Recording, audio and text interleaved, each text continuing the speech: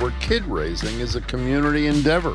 We'll start today by opening phone and text lines to talk with you about your lessons in parenting from multi-generational households, neighbors yelling at your kids, and more. What would it take to make parenting great again? I'm Marjorie Egan. Then we'll catch up with GBH Executive Arts Editor Jared Bowen with reaction to major news out of the MFA. Priceless African works return to their wealthy donor. Jared has that story, plus his rundown of some great local arts and culture. It's all ahead. Boston Public Radio, 89.7 GBH, live from the Boston Public Library.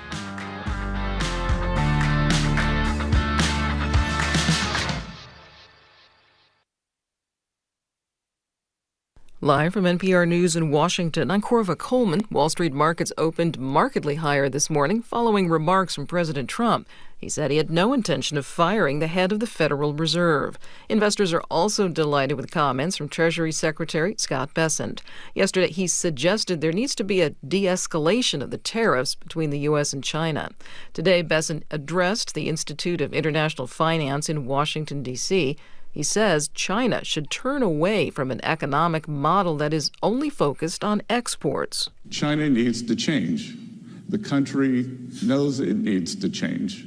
Everyone knows it needs to change, and we want to help it change because we need rebalancing too. There's still enthusiasm on Wall Street. Currently, the Dow Jones Industrial Average is up 900 points. The Trump administration is shutting down data collection for a landmark federally funded study about women's health.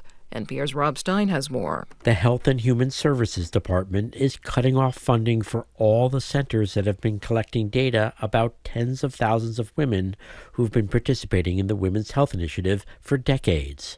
The project has produced a series of landmark discoveries about women's health, including the risks and benefits of hormone replacement therapy for menopausal women.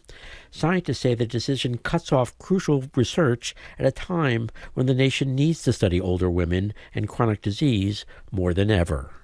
Rob Stein, NPR News. Some Democratic lawmakers have visited an immigration detention center in Louisiana to check on two activists detained by the Trump administration.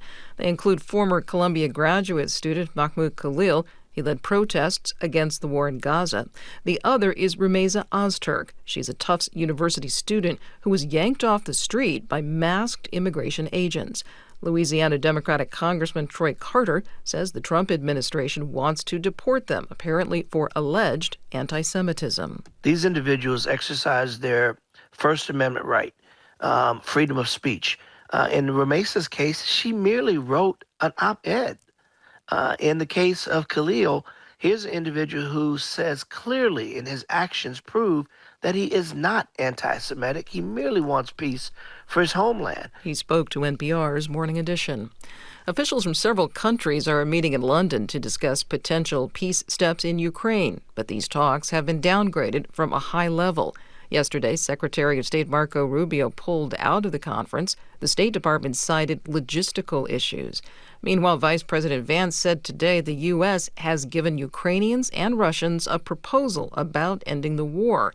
He says it's time for both of them to say yes, or the U.S. will walk away from the process. You're listening to NPR. Good morning. With the latest from the GBH Newsroom, I'm Henry Santoro. Fears are rising over whether commercial fishermen who catch Atlantic cod, haddock, and 11 other groundfish can begin their season next week. Experts say the Trump administration's cuts to the National Oceanic and Atmospheric Administration, or NOAA, have held up the process to open the fishery as scheduled on May 1st. State officials have sent a letter to the agency that oversees NOAA, U.S. Department of Commerce, calling for action. It's signed by Department of Fish and Game Commissioner Tom O'Shea. Massachusetts is iconic, but we can't put our businesses at risk. We need to keep things moving, and so we just had to communicate that. Federal groundfish permit holders are concentrated in Gloucester, Boston, and New Bedford. The South Coast city landed over 13 million pounds of groundfish, worth $16 million in 2022. Harvard University spent $230,000 on federal lobbying in the first quarter of this year as the school tries to strengthen itself against attacks from Congress and the White House. The Crimson reports that the $230,000 is the highest quarterly total since George W. Bush's presidency. It also includes $90,000 paid to Ballard Partners, a lobbying firm that has close ties to Donald Trump. In sports, Red Sox Mariners play Game 2 of their three-game series tonight, 6:45 start, then 15 minutes later at the TD Garden. And at 7 o'clock, the Celtics and Magic will play Game 2 of their best-of-7 series. Gang Green leads 1-0. This is GBH News. Support for NPR comes from Sony Pictures Classics with On Swift Horses, starring Daisy Edgar Jones and Jacob Elordi. A married woman explores a secret love upon the arrival of her brother-in-law, who gambles on his own hidden romance. Starts Friday in theaters.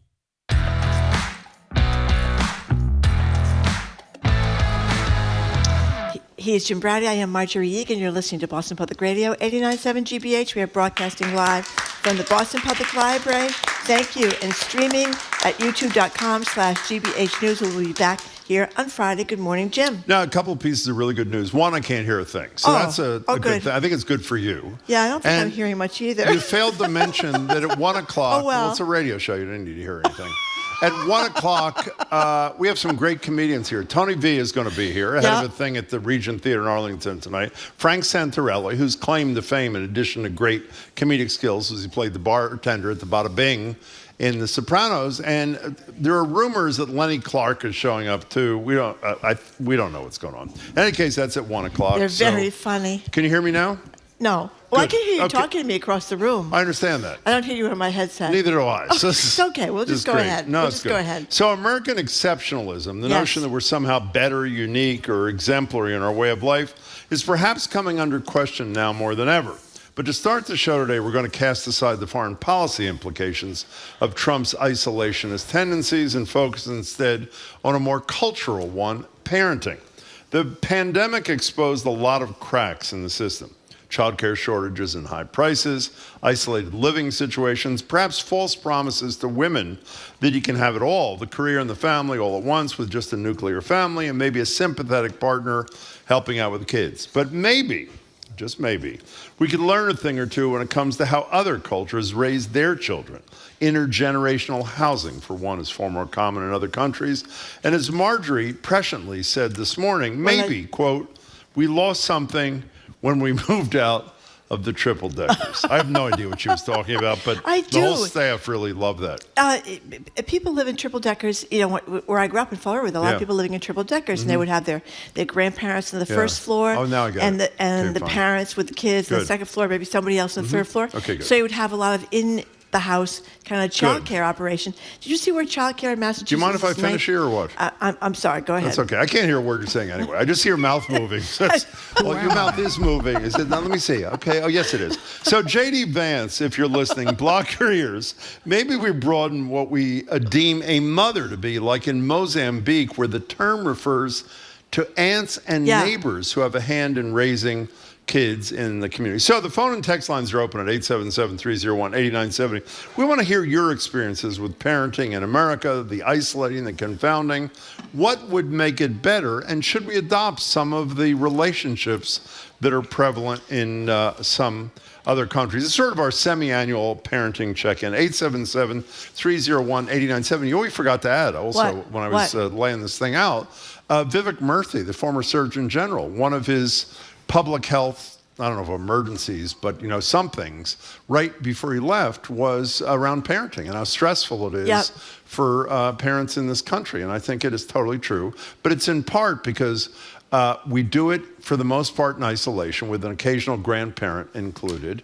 We don't like any other parent telling our kids what to do or instructing them. In fact, we're generally offended when they do that. And when you read these stories about the rest of the world, I mean, people make fun of the old adage, which obviously was not originally Hillary Clinton's, but she adopted it. It does take a village, and we have this anti-village mentality that is not healthy. By the way, not only not healthy for the stressed parent, it's not healthy for the kid either, who has like this very limited scope of relationships when they're grown up. Well, their talk about the nuclear family being kind of overrated, that the idea that you can kind of do it on your own, especially if you're a single parent, which is really, really hard. But even if you're, a mom and mom or a mom and dad, it's really hard when you just have the two of you, especially since everybody has to work now. So there's no wife at home to organize the home and organize the dinners and organize the shopping and all that kind of stuff. And people talk about the old neighborhoods, triple deckers. You were making fun of me before, but talking about triple deckers.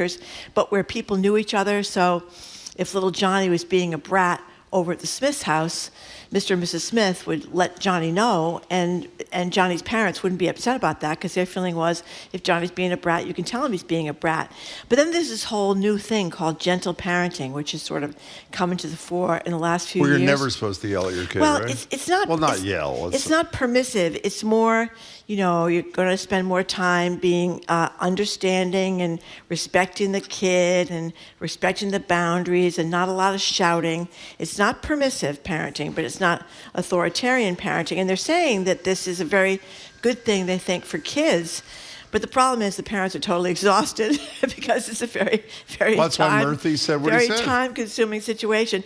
Did you ever go see that, by the way, did you ever go see that house that was reconstructed slat by slat at the Peabody Essex Museum from China? Oh my God, it's one of the coolest things ever. If people didn't see it, it was one of the greatest things ever. It was this immense house where generations and generations of families lived all together. It was disassembled in China piece by piece and reassembled brilliantly at the Peabody Essex up there in Salem. And it was a perfect example of where there is this intergenerational and inter-family responsibility in a community to raise a kid and raise kids. And we have this, it's sort of like anathema here, but it would cause, as I say, life not just to be better for parents, but clearly for kids. Did you read, in terms of independence, did you read one of these stories this morning? Did you read this expression, forest dropping? Oh, the Netherlands. Explain what this is. Can you imagine? This is like Hansel and Gretel. Where's the story about that? Essentially what they do, I don't know what country it is. Marjorie will find it in a second. They drop them in the forest. This is about independence. Hold on, wait a second. Go ahead. Here it is right here. I don't think we want to go this far. In the Netherlands, parents send kids off into the woods during summer camp with only a flashlight and snacks and let them find their way home. Forest dropping. Forest dropping is meant to build resilience and independence. Now, if you did that in the United States of America, you'd be arrested. You'd be arrested. Exactly. Yeah, that's right. It wouldn't work. I hope we're going to be able to hear the callers. Do you think so? Well, I can't hear you, so why would I want to hear the callers? Well, let's see if we can hear the callers. 301-8970 is our number. We're talking about parenting here's a good and suggestion. the stress that comes with parenting. The reason we're talking over each other even more than other days is because we can't hear each other. So we have no idea when the other person's talking. Go ahead. Jane Brighton has a suggestion for you, Jim. What? Jim, please consider trying gentle co-hosting. Oh, let me tell you something. I am laughing to death. Suzanne Thank in you. Franklin. Can you evict those people from the audience here? Can we try to take some calls? 877-301-8970. When you call, if you can scream into the phone, that'd be really helpful to us today. It's a very high-tech operation here at Boston Public Radio. Suzanne in Franklin, we're going to give it a try. How are you, Suzanne? Oh, that's going really well. I knew it. Who am I? Why am I here? We can't hear Suzanne. Okay, Suzanne. Thank you. Well, not only can we not hear her, they can't hear her back in Brighton. So what do you think Suzanne might have said had we heard her? Anybody have any idea what she might have said in the audience? No. It was just a race. But it said she lived in a triple-decker. You're making fun of me about these triple-deckers. Yeah. But like I said, you never lived in a triple-decker. What are you talking about? I lived in a triple-decker in Brookline. No. I did. When you were raising your kids? When my kids were little. You're not making eye contact. That means you're making this up. It was very, very helpful. The guy. Who were the other families? Tell me the names of the other families. There were a guy on the first floor. His name was Matt. His name was Matt. He had a kid. What was the kid's name. I forget the Oh, kid's his name name. was Kid. He called him Kid. But right. but when he would go, he was a single dad, Yeah. and when he would go to the Star Market, I would take care of his Oh. kid, come up, and then the second floor there was the family. They were older. That What they were happened to big them? on the Axe Murderers? cologne. The boy the was Axe big into cologne. the Axe cologne. The whole place kind of smelled. But the thing is, you could help each other out. It was very helpful. But I wasn't talking about my experience in a Oh, triple decker. I was what were talking you talking about where I grew up, where almost everybody lived in triple deckers, and it was intergenerational, and it was a much. How long have those families? I'm serious. How long have the families been in America? My guess is recent immigrants were more Well, likely. a lot of them were recent, people, Portuguese in my town from the Azores, but I think it's common elsewhere too. I think other families live that way. I mean, Jim. Why is there such resistance here? Do you think to this? Why can't we hear anybody on the phone? No. Why is? Let's try Suzanne. Suzanne, she lived in a triple decker. I really want to talk to her. Okay, well, let's try. I want to Can talk we to you, try? Marjorie. Suzanne, we're not going to hear you are again. you there? Go ahead. Yes, I am here. Oh my God. Oh, good. How are you, Suzanne? I'll take off my I'm headset, trying then to I get can through hear to you. you. Okay. Usually I call for the whole day and I never get through. But yes, I lived in the triple decker growing up in Chicopee for years and years and years, and the whole street was triple deckers, and all the Irish lived on one side with all their children, and all the Polish lived on the other side, and we all went to different Catholic schools together in different uniforms, but we all played in the street together when we got home and changed out of our school uniforms. And I lived in a triple decker with my mother and father and three brothers downstairs, and then my grandmother and two aunts lived upstairs, and the other two aunts, all who had come from Ireland, lived up on the third floor, and we all lived together, and I thought it would always be that way. So why do you think it stopped, Suzanne? I think because everyone wanted, then when we had the fourth child, and we only had 2 bedrooms downstairs, my mother and father decided to move out we moved to Springfield. That was your first mistake. Go ahead. With another bedroom and another bathroom because we couldn't fit 4 children in one house but my aunts and my grandmother still stayed in the second and third floor, and my mother, they rented out the ground floors when we moved out. But I think right now everyone wants to have their own space and their own backyard and their own everything.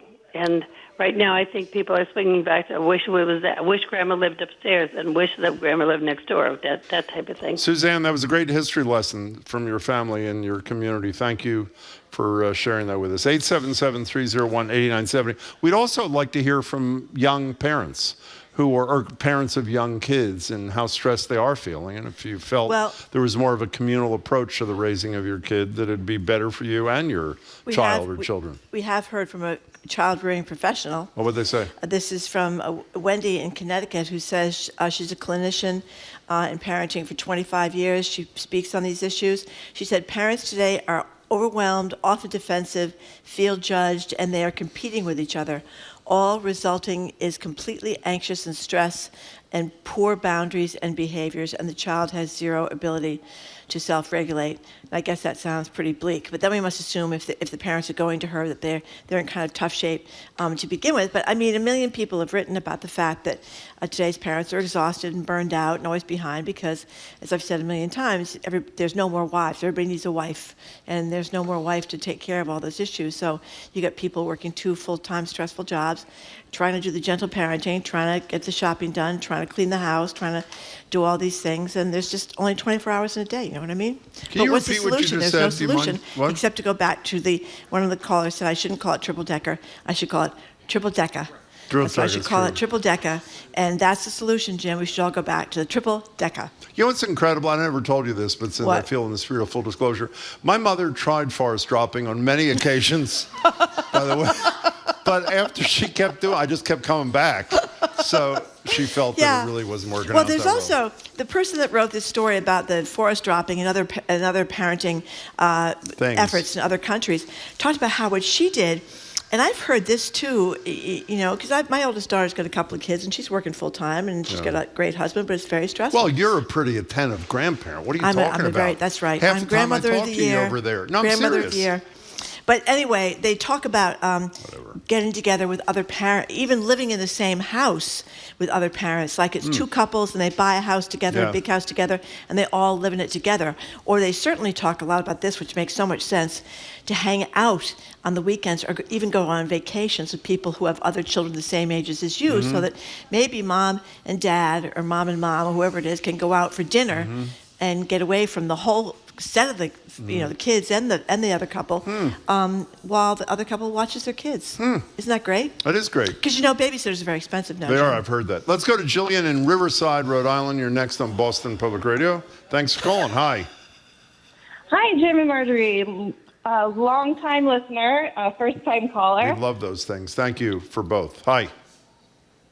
So I live in a multi-generational house. My husband and I, when we had our first son, we decided to buy a house with my mom. And the thought was that she could help us out and all of that. But to be honest, she is so busy. She's still taking care of my grandmother. She has her own life. She has her own friends. She has her dog. And she really only sees the boys. I have 2 boys now, maybe 2 or 3 hours a week. Well, that's nothing, right? Yeah. No, I'm serious. That's something, isn't it? Or are you dismissing it? No. I'm so grateful for it. I'm so grateful for it. I really am.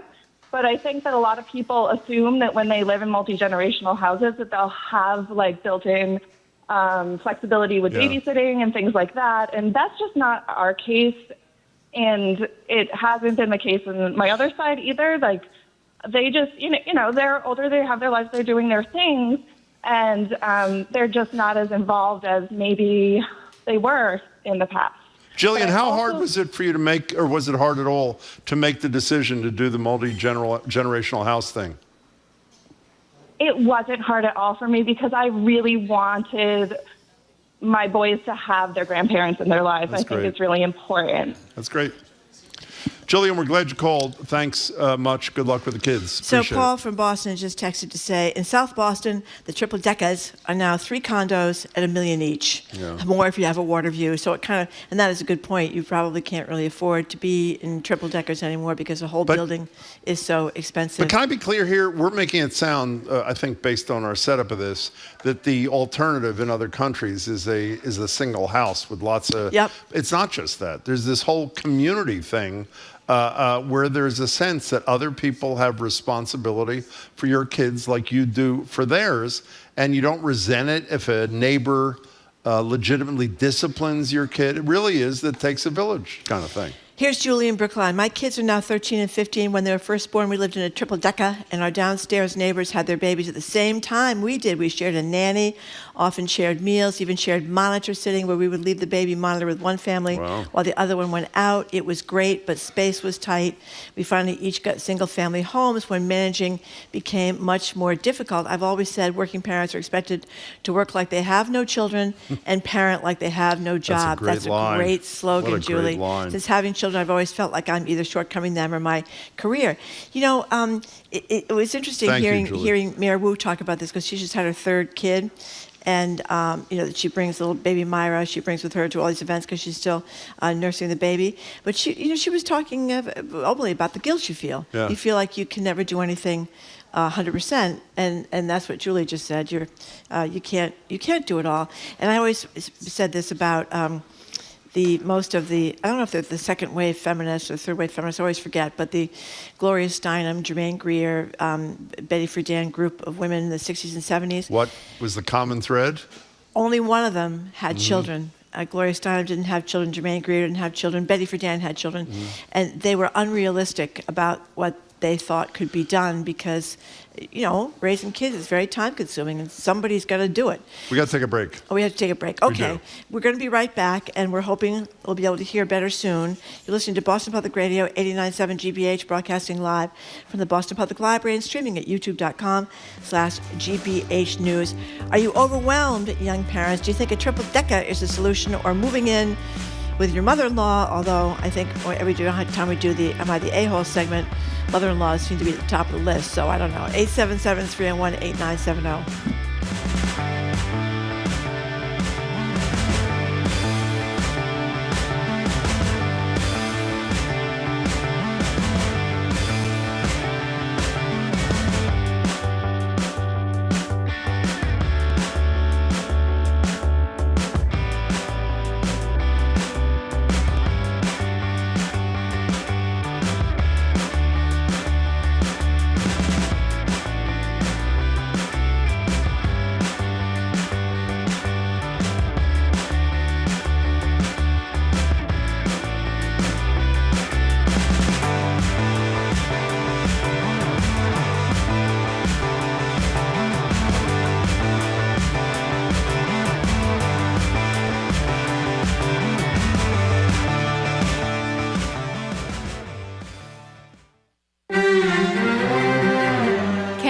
is holding national elections next week. For most voters, one question is top of mind. Who can stand up to Donald Trump and his tariffs? Make America go away. They want our economy to fail. As crazy as it is, that's their intent. How U.S. policy has transformed Canada's election, next time on The World. This afternoon at 3, here on GBH News 89.7. Our programs are made possible thanks to you. And Spectacle Live, presenting Ari Shapiro. Thank you for listening. An evening of stories and songs about the art of listening to forge connections. Saturday, May 10th at 7:30 at Carey Hall, Lexington. More at careyhalllexington.com. And Newport Mansions, presenting Richard Morris Hunt in a new light. A groundbreaking exhibition examining the architect's impact on American culture and his vision for a gilded American civilization. Opening May 30th at Rosecliff.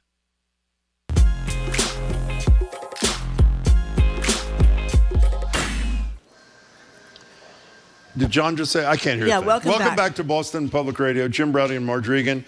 We're sort of live at the Boston Public Library and streaming at youtube.com/GBH News. We are making history here today. We're doing a radio show where neither of us can hear each other, the callers, or anybody else. And we've actually made it through 26 minutes. We're working on it. Can I say at 1 o'clock, if you want a little joy in our miserable lives, we're going to have comedians Tony V, yeah, it's gonna be Frank fun. Santorelli, and Yep. there's some rumor that Lenny Clarke may show up. Who knows? In any case, that's all happening at 1 o'clock. In the interim, if you're just tuning in, we're talking about one aspect of American exceptionalism, how isolating, difficult, lonely, and expensive it is to raise a family the way we do in this country by ourselves.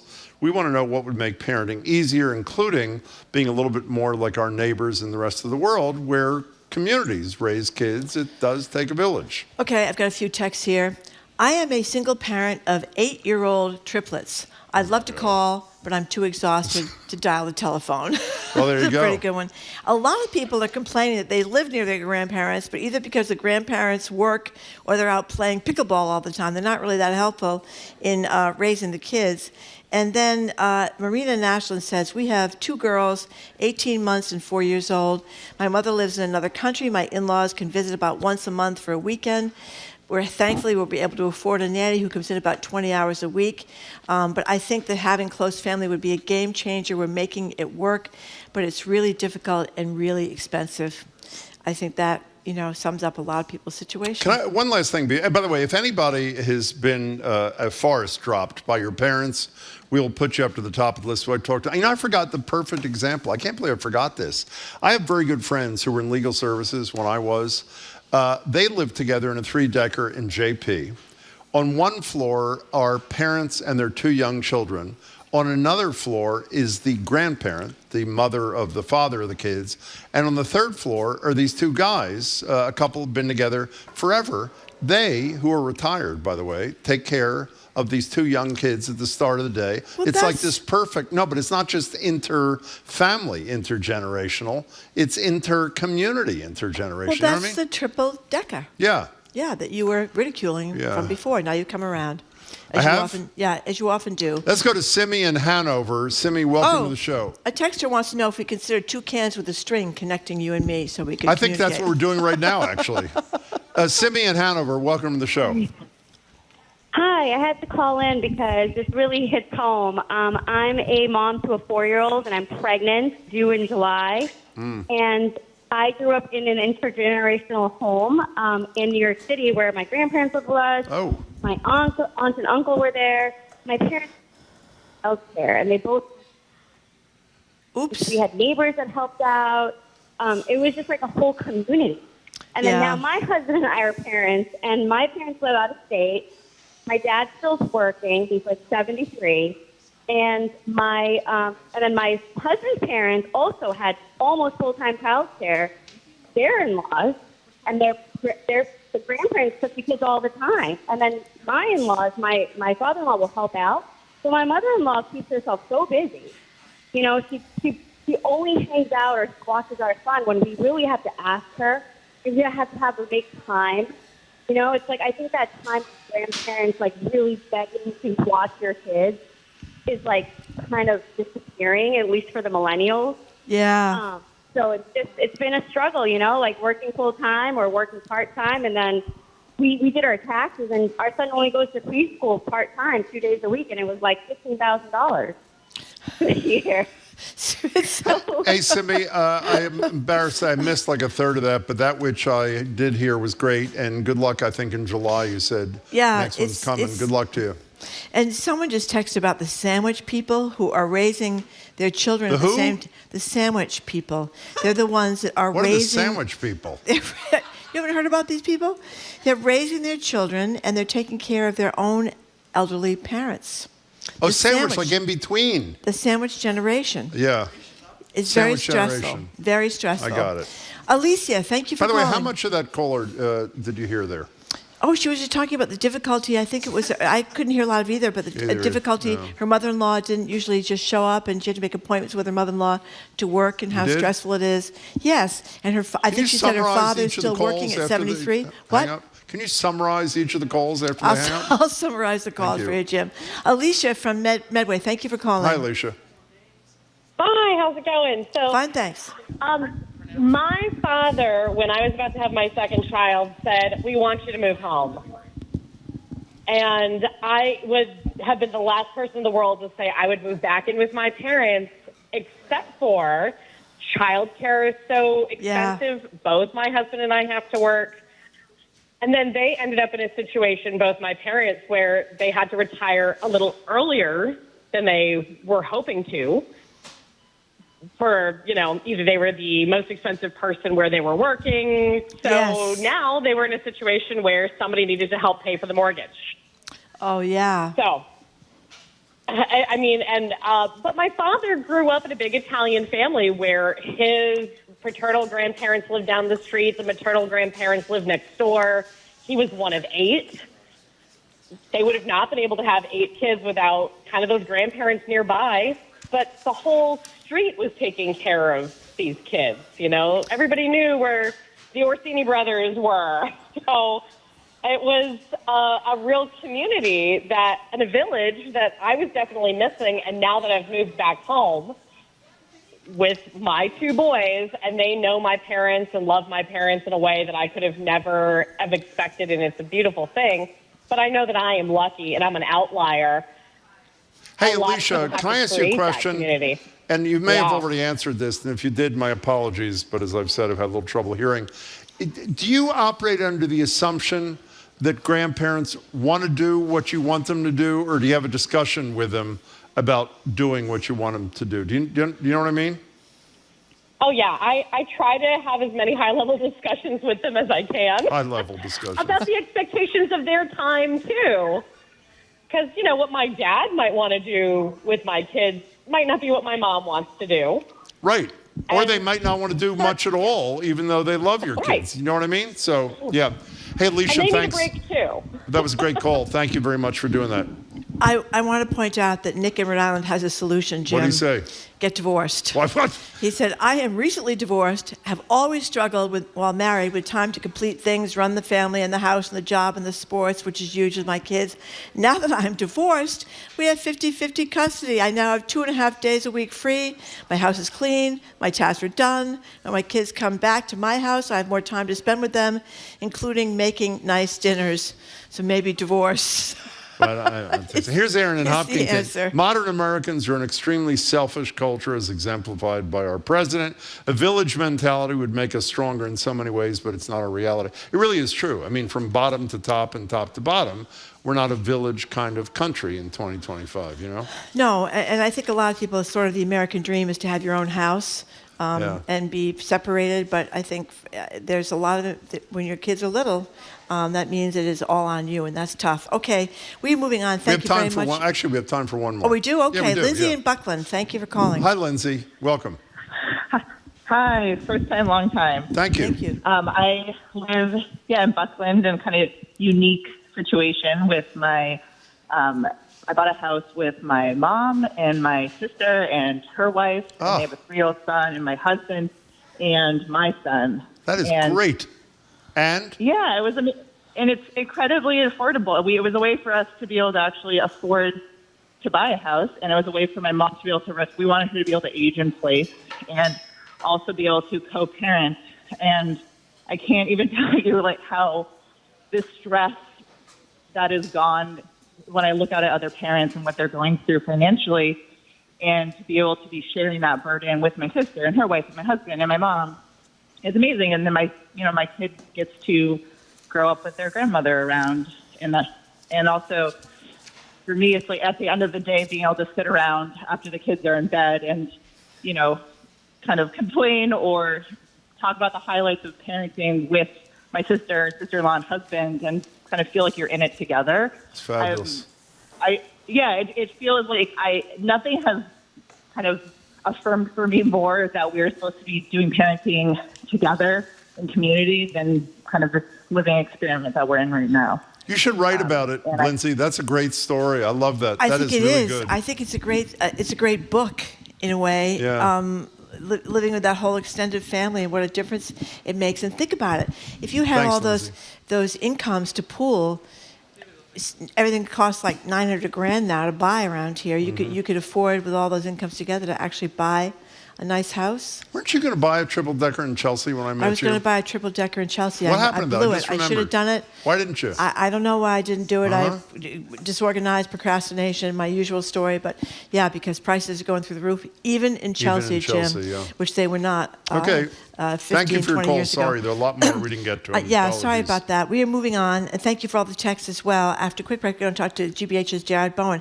The Museum of Fine Arts is returning some African art to its wealthy donor. We're going to hear about that.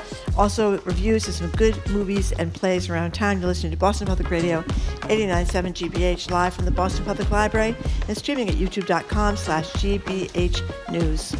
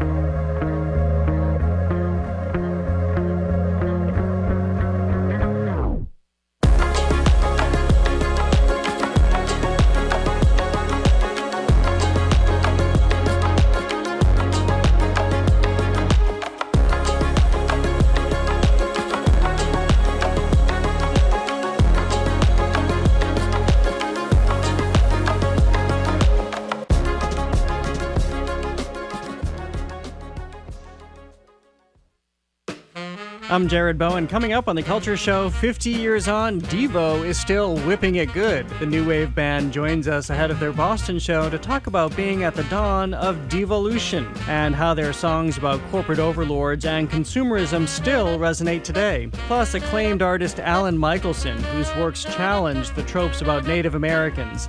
That and more on The Culture Show today at 2 on 89.7 GBH. Support for GBH comes from you. And the Boston Speakers Series, announcing its 2025-2026 season at Symphony Hall for 7 evenings, featuring Dr. Anthony Fauci, Tipping Point author Malcolm Gladwell, Ken Burns, and conservation photographer Christina Mittermeier. BostonSpeakers.org. And Simmons. Since 1909, fabrics, furnishings, reupholstery, and custom window treatments. Spring event now in progress. More information about Simmons Design Services and their spring event at Simmons.com or at their showroom in Lynn.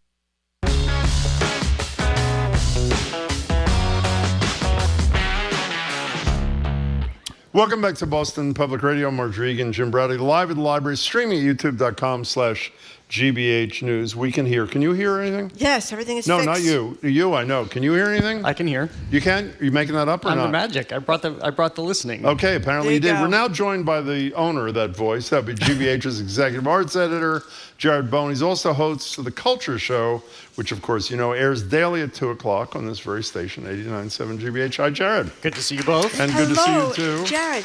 So let's start with a story about the MFA. You know, we've talked to you a lot before about great artwork that was kind of plundered during war and stuff, taken from less powerful countries and brought to countries like ours or Great Britain or Paris and stuff, going back to where the art came from. So what's happening in that regard at the Museum of Fine Arts? Well, this one's a little different, and it came to sort of a drastic end, I think. But so here's the backstory. So in 1897, the British invaded and occupied a palace in what is present-day Nigeria, and they looted about 4,000 objects that then went around the world. And so over the last century, they ended up in museums and in private collectors' hands. They're known as the Benin collection of bronzes and sculptures and what have you.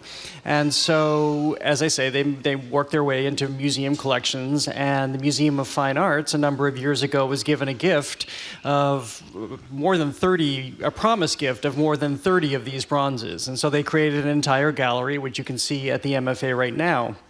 However, as we have learned over the past 20 years or so, it's important for museums to understand where their collections came from. Well, this one is obvious. We know what happened in 1897. We know how the British took these pieces. And so this becomes a moral and ethical issue in addition to a legal one, because first, the king of this palace asked for the artifacts back. There were arrangements made so that when the MFA came into its own, the king sent his own emissaries. Everything was good. The subsequent king said, not necessarily, we need to talk about this, and now it's the Nigerian government that's negotiating to have a lot of these pieces back. So the MFA was trying to reach an agreement with Nigeria by way of this gift from an owner, again, the promise gift. By the way, his last name is Lehman, descended from Lehman Bank, that family, because they wanted to come to an arrangement with Nigeria where they could have them in their collection, but with permission of the Nigerian government. It seems the owner didn't want to go down that route, and he just shut it down and said, I want them back. So where we are now is that the museum is returning, they're closing the gallery because they have to return 29 artifacts because it was a promise gift in sort of a tiered structure. The MFA had already taken ownership of 5 of them. So they will hold on to them, continue to negotiate with Nigeria so that hopefully they can have some of these in their collection. Does this Lehman character, does he appropriately own these things, or is he the beneficiary too of this colonization thing? Well, it depends on how you look at it. So it seems, purchased them through either auctions or dealers in the 60s and 70s. Yeah, how'd they get them? I don't know the provenance, the records of record keeping before that. People do that. There's whole departments, right, that study the provenance of the artwork. Virtually every museum. And the MFA is a leader in this realm, which is why I think you've not seen something like this where they close an entire gallery. So, here you have a man who thinks he came into this collection rightfully, but the world has changed, so it becomes a moral and ethical issue. Yes, you may have purchase these rightfully. However, we now understand the history. It's up to you to decide whether they should go back to the place where they were looted and destroyed 100 years ago. Isn't the thing I don't understand about this is sort of like the way I read these provenance stories, I pronounce that right? Yeah. Is it's almost like the country of origin, the burden is on them. It seems to me the burden is on the possessor if a credible case can be made that these were looted, to use your word, illegally. The default should be if they want them back, they get them back. Well, this has been the case too. We see this especially with art looted by the Nazis. I know that. And it really is up to the descendants of the owners to prove this, and they make it very complicated and they make it very onerous because people don't want to give up these artifacts freely, especially if you're talking about looted art. And we are talking about that here in this case as well, because Lehman, not too long ago, toward the end of last summer, settled a dispute where he was forced to turn over an Egon Schiele painting, which courts decided was ultimately looted from heirs of its original owners, so that painting went back to the heirs. This is not easy to do. We hear these stories all the time, but you have to understand it's years and years of work to get the return. Yeah. Okay. All right. So let us. Have you seen these, by the way? I have seen them, and they're beautiful. And I just have to say, I've just seen photographs. Yeah. The MFA is really extraordinary because they are trying to do the right thing, and as we've seen with art that's gone back to Italy, and hopefully this is a case in Nigeria, where they usually do come to an agreement of some sort. Maybe some goes back, but often there is an agreement with the country of origin that you can have a long-term loan, so that people in Boston, Nigerians in Boston, will get to experience this art, and so they know that it has cultural relevance all across the globe. Have we seen you since you interviewed the incoming new head of the MFA? I don't think so. So what'd you think of him? I heard the interview on the phone. What'd you think of him? Because it was... What's his name? His name is Pierre Turjanian, and he came from within the MFA's own ranks, which is really significant because they were conducting an international search for their next director after Matthew Teitelbaum announced that he would be stepping down after 10 years at the helm. And a number of people at the MFA came forward to the search committee and said, we would actually like you to take a look at our colleague who's been really impressive in his year with us. What did you think of him? I thought he was very impressive as well. I was kind of blown away, actually, when he said, because it was so fresh, I didn't know a ton about him, and I didn't know the fact that he didn't come into art really until his 20s. Oh, wow. And so I think that means he's somebody, while having worked in the art world for about 26 years at this point, he also brings that sensibility of somebody who didn't grow up with this, who's always curious about it, and who probably to some degree looks at it through outsider eyes. And I think that is very, very beneficial when you're leading a museum, especially in this age. By the way, I walked over to him and congratulated him right before you interviewed him, and right away he made a self-deprecating joke, which to me, if you're a museum director, is A-OK. Yeah. So we're looking forward to talking to him, too. We're talking to Jared Bowen. Yeah, so Jared, apparently Doge has hit the National Endowment for the Humanities, and our congressional delegation is very upset about it. What's going on?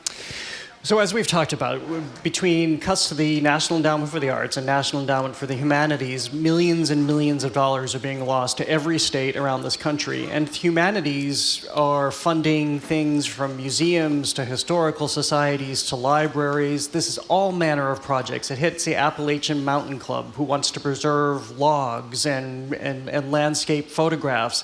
It affects the Sturbridge Village, which wants to preserve old documents in New England, and it affects documentarians trying to tell the story of women Jewish slave labor after and during the Holocaust. And this is the administration, by the way, it's allegedly so concerned about anti-Semitism. Exactly. Well, they canceled the grant for the Yiddish Book Center in Jam and Amherst, so I think that could be an anti-Semitic attack by the Trump administration. But go ahead, so what's going on? So this is Doge coming in and saying that all of these things are ended. If we gave grants, the NEH gave grants in 2025, those are rescinded, even if people already launched into their research, even if they already started spending the money. So there's great concern, or do I have to pay tens of thousands of dollars back? We're talking about hundreds of thousands of dollars of grants into specific organizations, $1.3 million to Mass Humanities for what they've already farmed out. And this is all under the guise of, unless you're doing something that meets the quote-unquote president's agenda, or it's patriotic in nature, this is where the funding has ended. So now we have our Democratic delegation in Massachusetts asking for clarification. What does it mean that you've taken this money away? Do people have to repay it? What do you mean by the president's agenda and this notion of patriotism must be reflected in the work? So we'll see if they get some sort of answer. So far, we haven't had a lot of answers, whether it's the Smithsonian, the NEA, or these grants coming to our local organizations. So what is the president's agenda? What does that mean? About white guys? I'm serious. What is the president's agenda? I mean, I have no idea. I can't possibly answer that. And nobody seems to be answering that in this moment. You know, I know this is not an original thought, but this is like Joni Mitchell-esque. You don't know what you got till it's gone. When you talk about these individual grants, they probably don't mean much to anybody unless the specific area of interest and research or maps matters to you. And if it does, it's a horror show. Well, you think about Not to mention the workers themselves who are committed. Oh, exactly. You think about this in totality and what this means. I'm sure it's affecting projects that are happening in this very building, in the Boston Public Library. So all of a sudden, we're just going to end, it seems, the government's commitment to preserving our culture, telling stories. And again, it's all manner of culture. You might not be interested in X, but certainly you're interested in Y, which is also happening, but it's all about to go away. And we should point out to people that sitting there saying, well, I don't want the government spending this kind of money. We are among the only developed nations in the world who don't support art as a regular part of the government. When you look at Italy, you look at France. I mean, am I wrong about that? No, you're not wrong. I mean, it's interesting. For the Boston Speakers Series, Andrew Lloyd Webber is in town. We were just talking about this on stage last night about education in Britain. He is somebody who is a proponent of preserving the theaters so that the infrastructure is taken care of there, and then any money they bring in goes back into the theater. He's also a proponent of giving instruments to students and making sure that arts and music education stay prevalent in the schools. I was surprised to learn that the funding in England is not where he wanted it, because we have often talked about how much state funding there is in Europe. Granted, there's more than we hear have here in the United States. That could be a Brexit thing in Great Britain. But also, as the delegation has pointed out, the amount of money that's going to these issues, the humanities and arts, it's, as they called it, a rounding error. Yeah. I mean, this is a tiny portion of the budget. Yeah. Okay, so Eephus, is that how you say it? Yes. I'm dying to see this thing. I knew nothing about it until I knew you were coming. A sort of baseball movie, but not really, right? It's both, yeah, exactly. So Eephus refers to a slow pitch, and this is exactly how this film unfolds. And first of all, the important backstory here is that this was shot here in Massachusetts. It was shot on a ball field in Douglas, Massachusetts, called Soldiers Field. And in some way, to your point, Jim, that this is baseball, and it's not. It is a baseball game that's unfolding among a group of men who are gathering together on a Saturday, late summer, so the leaves are beginning to change, and they know that this is their last ball game because the field is about to be lost to the construction of a new public school. These are New England guys, so they don't want to drive a half hour down the road to go to a different ball field. I love that, actually. This is the only one that matters to them because they have always played this ball field. But as I mentioned, it's Soldiers Field, and they, as the director told me, we had him on the Culture Show, these are soldiers against time because this is age-old. You presume that they've been playing baseball since they were kids, and here they are as men who have the aches and pains, and where it is not about baseball is you find these men on the field, again, soldiers against time. They're talking about diet. They're talking about the shape of manhole covers. They're talking about their families. And it just unfolds. And a lot of critics, and I would agree with this, to say this belongs in the canon of great baseball movies. It's funny, it's beautiful, it's really poignant, and while it's seemingly about nothing, it's about so much, and it's really gripping from beginning to end. Let's play a little sound from this. Here's a clip from the film where a baseball team heckles the player at bat by yelling out different meats. Meatballs, sir. Lasagna. Gabagool. Saprasa. Oh, cracking nugget. Fellas. Right through that damn mask. Time. Fellas. Am I in a deli? Is this a meat market? Am I selling you ham? Cut the and play. It's pretty clever, Yeah, actually. I love it. So how many great baseball movies are there that are wonderful, not just for people who love baseball? What's the James Earl Jones? Well, it's Field of Dreams. Field of Dreams. Bull Durham. Durham. You just listed both the two. Kevin League of Their Costner. Own. Yeah. Are they both Kevin Costner? Yeah, aren't they? Yeah. I think so. Yep. Yeah, and League of Their Own. That's right. That was Madonna was in that one. Tom Hanks. And Rosie O'Donnell. Rosie O'Donnell. That's right. Yeah, there are any other good ones? Most people aren't the ones about Babe Ruth from the olden days. I don't think so. The Silver Splinter, the Splendid Splinter. Splendid Splinter. I don't think that's a movie. That's a Tess person. Williams. But you think about this, and the choreography. We really know our baseball. I'm sorry, Jared. Go ahead. Splendid Splinter was Ted Williams, wasn't it? I think so. I think so. Yeah, it was. Yeah, what are you so skinny? Jared has no idea what we're talking about. But go ahead. Okay, so. There was a great movie. This is a great movie. It was about 9/11. The Mets. They had the Mets playing the Yankees. Oh no, that was 9/11. you who made that movie, Billy Crystal. Billy Crystal. It was That's called 61. 61. That's a terrific movie. And there was also a terrific series about Mickey Mantle, and what was the other guy that was vying for the title against Roger Maris. Roger Maris. Thank you very Not much. That was a Marger good- Maris. Roger Maris. That was a Marger good. Maris There are a was his lot of brother. good baseball movies when you think Moneyball. about it. Moneyball's Then there was the another one. Robert Redford movie, The Natural. The Natural. Thank you. Yeah, a ton of them. It's really got We out spent of the whole control here, weekend. didn't it? Am I still here? I don't know. Okay, sorry. I get carried away. Okay, let's move on. God. Let's move Oh, on. great. Well, one more thing, though. Oh, please. Remember yes. Mary Blake? You are still Yes. here. Who? Mary Blake. Yes, the Our newscaster. beloved colleague. Yes. She's in the movie? Who just retired. No, but her brother Cliff Blake is, so it's worth pointing He's an out. actor? He's an actor. He plays Franny. He's the scorekeeper. Oh, my God. Which is really nice to note, yeah. Okay. So really great for Mary. Mary is her and was family. brilliant. She just retired a couple of weeks Yes, ago. she was did. fabulous. Don't eat the mangoes. Tell us all about it. Huntington. So this is a family drama at the Huntington. We're rounding the end of when this is playing. It's only playing through April 27th, but it's really, really, as I've said, delicious and demented. So we find a family in Puerto Rico, a family of 3 sisters, their mother who is having cancer treatments, and their father who is also ill.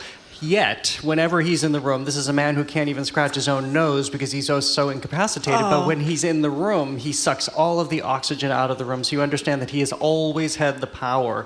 So as a storm hits Puerto Rico, and this is just a couple of years after the island has already been devastated by that succession of hurricanes in real life, we see this turbulence come into the family itself as they're trying to support their mother, trying to support their father, until the history of family secrets slowly become unveiled and the storm takes hold within the family itself. So in one way, it's almost looking at Puerto Rico as an island with the United States as its parent, but also it's about these daughters trying to get on their own, trying to move forward in life and get out from under these secrets while also honoring these family ties. The playwright has had, you told me on the Culture Show that Tennessee Williams was a great influence. You see a lot of that family drama and that darkness and sort of, again, dementedness come into play here as he's constructed this family. I found it really engrossing. The Boston Theater Critics Association made this a critic's pick, so it's very enjoyable. And while being somewhat dark, it's also really, really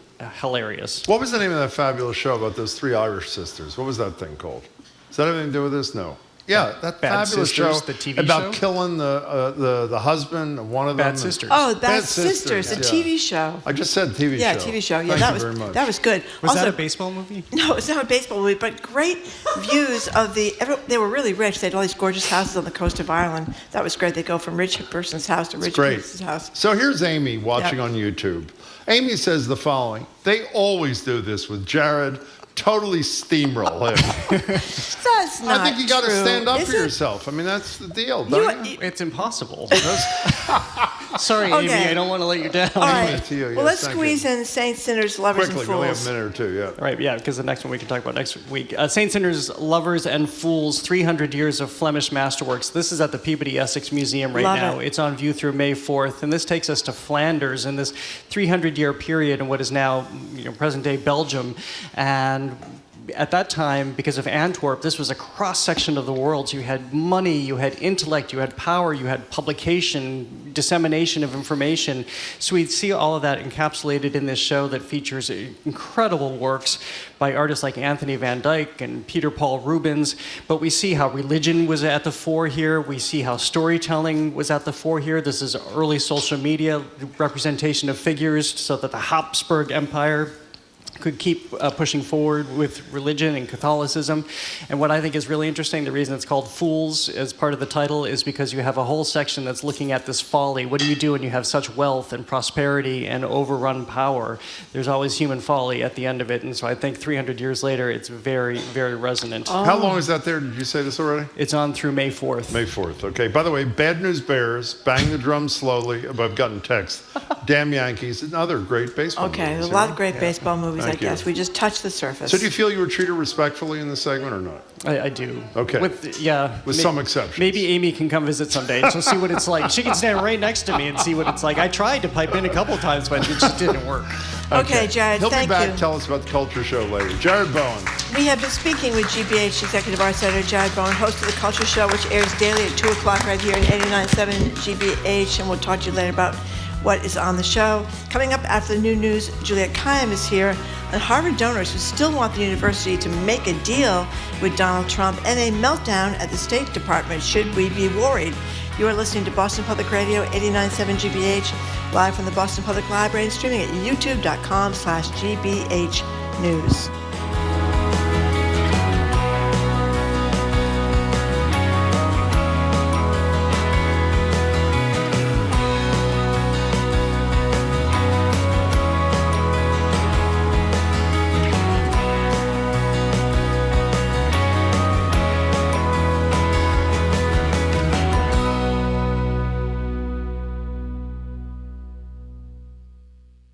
It's not over yet.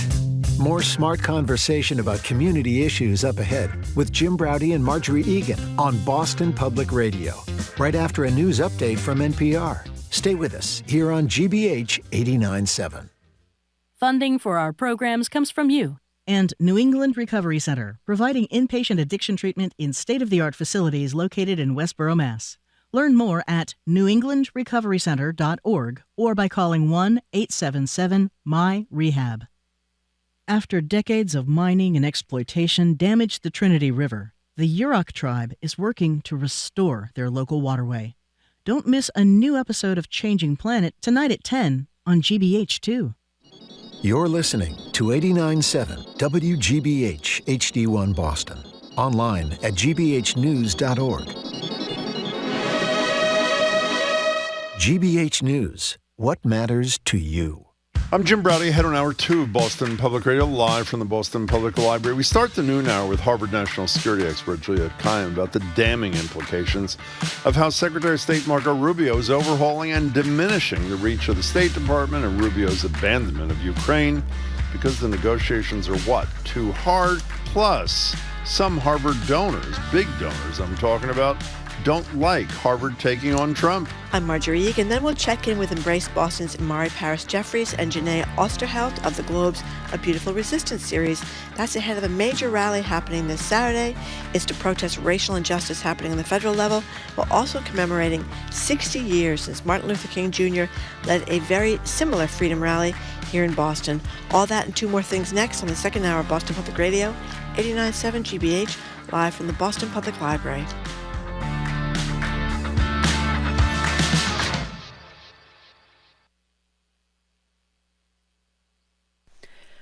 Live from NPR News, I'm Lakshmi Singh. Markets remain in positive territory today as the administration signals a coming de-escalation in the U.S. trade war with China. President Trump moments ago at the White House. We are going to have a fair deal with China. It's going to be fair. Are you talking to them actively now? Actively. Everything's active. Everybody wants to be a part of what we're doing. Trump addressing reporters a short time ago. We have more from NPR's Scott Horsley. President Trump's triple-digit tariffs on imports from China have brought a lot of trade between the world's two biggest economies to a standstill.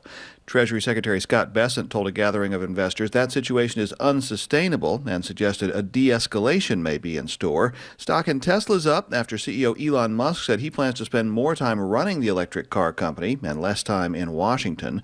The move comes after Tesla saw a sharp drop in sales and profits in the first few months of the year. Scott Horsley, NPR News, Washington. Attorney General Pam Bondi has launched a task force to eradicate purported bias against Christians. Here's NPR's Ryan Lucas. Secretary of State Marco Rubio, Secretary of Defense Pete Hegseth, Health Secretary Robert F. Kennedy Jr., and FBI Director Kash Patel were among the Trump administration officials who joined Bondi for the first meeting. This comes in response to an executive order President Trump signed in February, directing the Attorney General to set up the task force to eliminate what the White House says is anti-Christian bias. Bondi noted that the Justice Department, for example, already has dropped 3 cases against anti-abortion activists and moved to limit such future prosecutions. Ryan Lucas, NPR News, Washington. A historic procession in St. Peter's Basilica, which received Pope Francis's casket this morning. The pontiff, who died Easter Monday at the age of 88, now lies in state in the basilica. The public has been given 3 days to pay their final respects before his funeral on Saturday.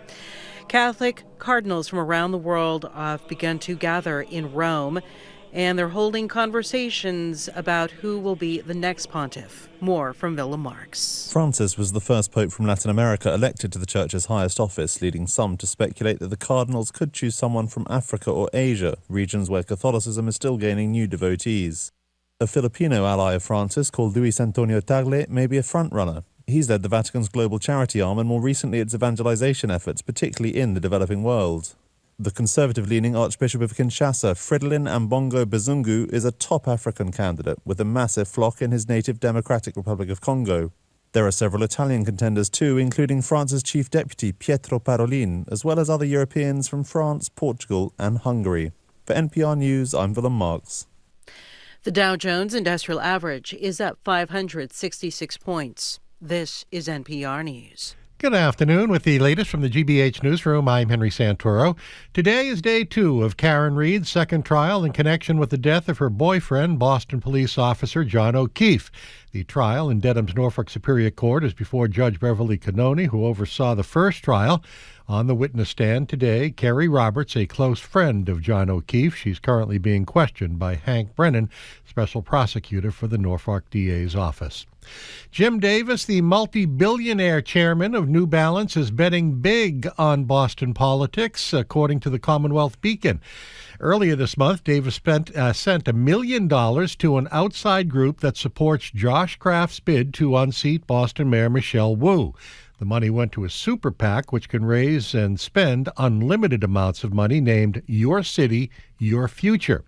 Davis's donation is by far the largest received by the pro-Kraft super PAC. The 81-year-old Davis has donated millions of dollars over the last 20 years to both Massachusetts Democrats and Republicans. He also gave nearly $400,000 to Donald Trump in 2016. And according to 7 noted legal experts and scholars, Harvard's legal team has a strong case that could give the university some quick relief from the Trump administration's order to freeze federal funding.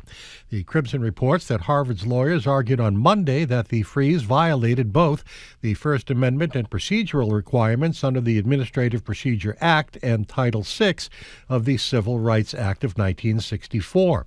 The case was assigned to Judge Allison Burroughs, a Barack Obama appointee who oversaw litigation involving Harvard before. 64 degrees in Boston. This is GBH News. Support for NPR comes from NPR stations. Other contributors include EBSCO, committed to providing colleges and universities with relevant online research databases to ensure student, faculty, and staff success. Learn more at ebsco.com. This is NPR.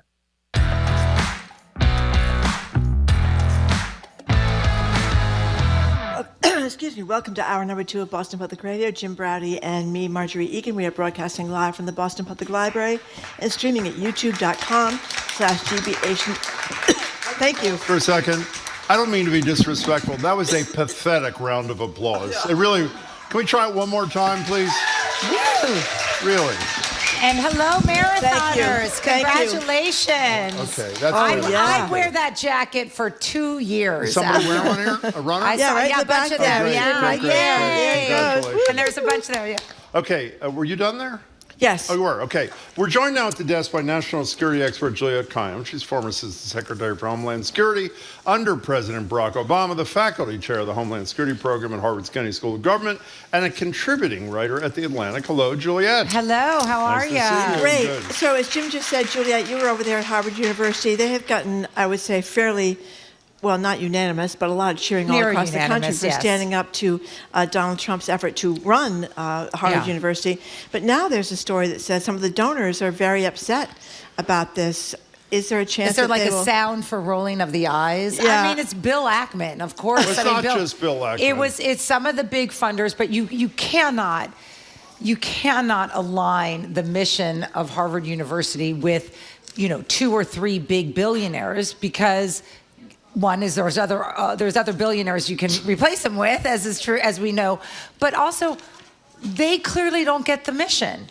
Right? I mean, if they're going to fold to Trump, and I want to be clear what fold means, but if they think that we should just acquiesce to what this madness that is coming from the White House, which the White House, it was so mad that the White House is now saying, we didn't mean that madness, and trying to retract or repeal the letter that they sent on Friday, then why are you giving your money to the university? And I think the university has made that calculation. But and you said it's not just Bill Ackman. There were only the New York Times did a big story on some people are upset, and they quote 2 people, and one of them's Bill Ackman. So Bill Ackman wants a story.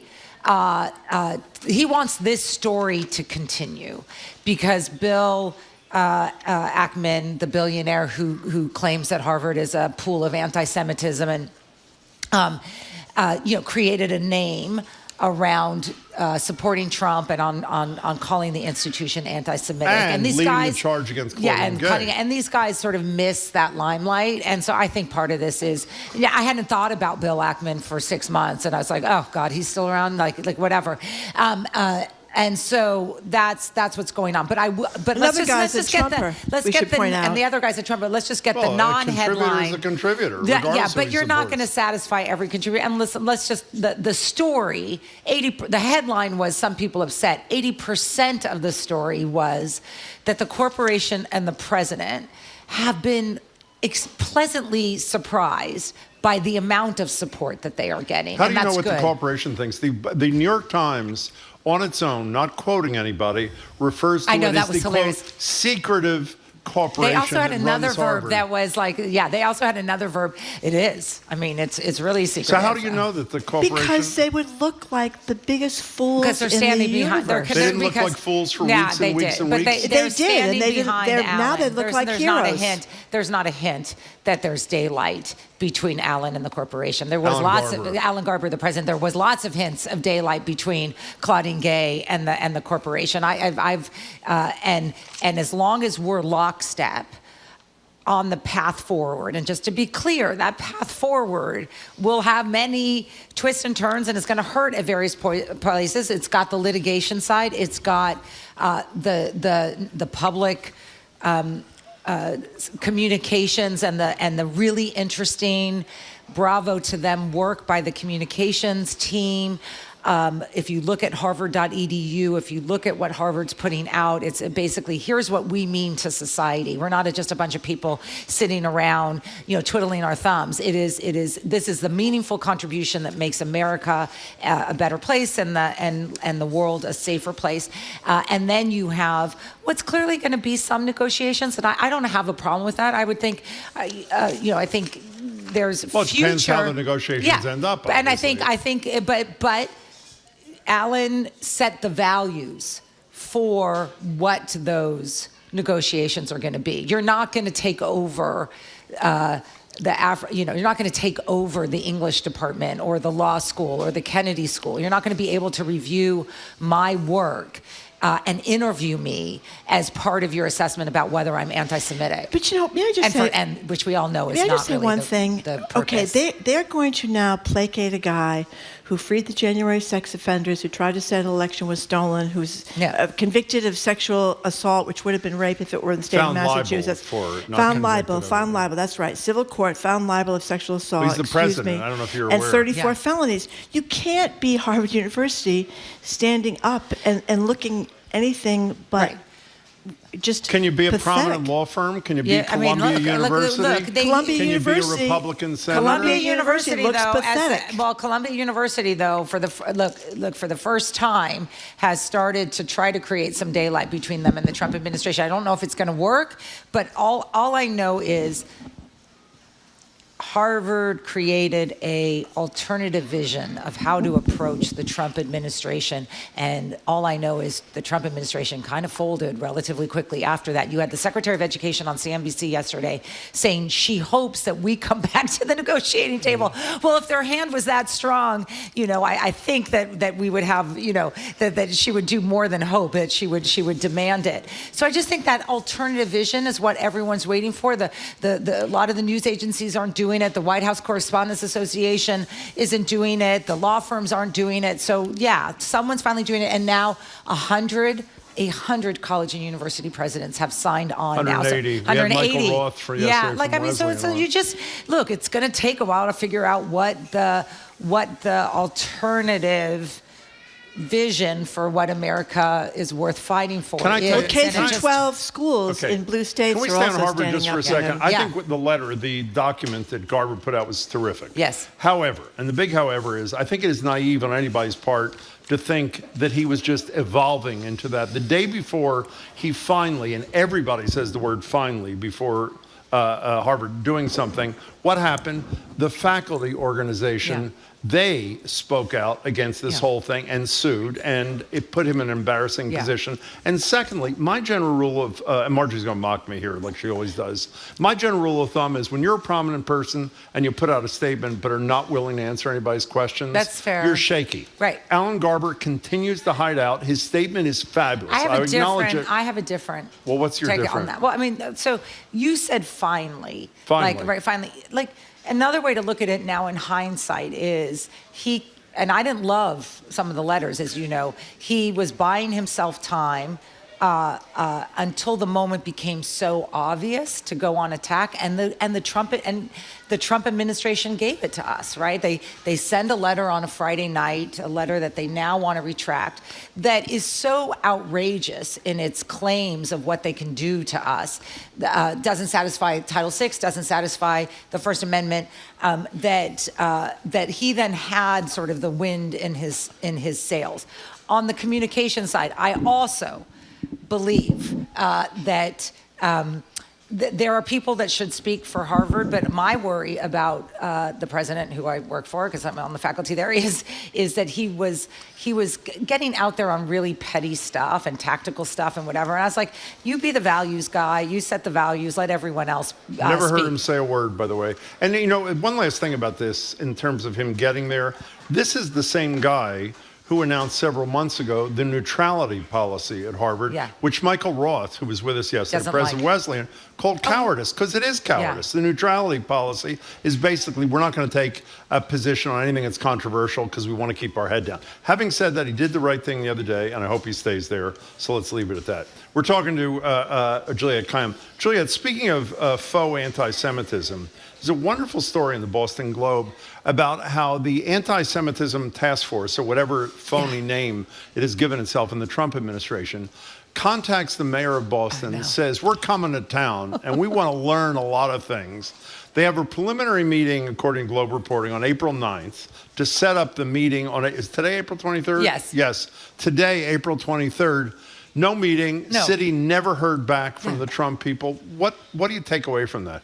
So there's a couple things. I mean, one is just the chaos of this White House, which has become very transparent in the last 2 weeks. So like many of you, I sort of sat in shock and awe for the first couple of weeks and were like, wow, they were ready this time. Like that's pretty impressive. I didn't like it. That's pretty impressive what they're doing. I heard a reporter say, a New York Times reporter say that the last 2 weeks showed just how chaotic, how lacking in vision this White House is, lacking in operations and tactical capacity. You know, the 100 negotiations on the tariffs have barely started.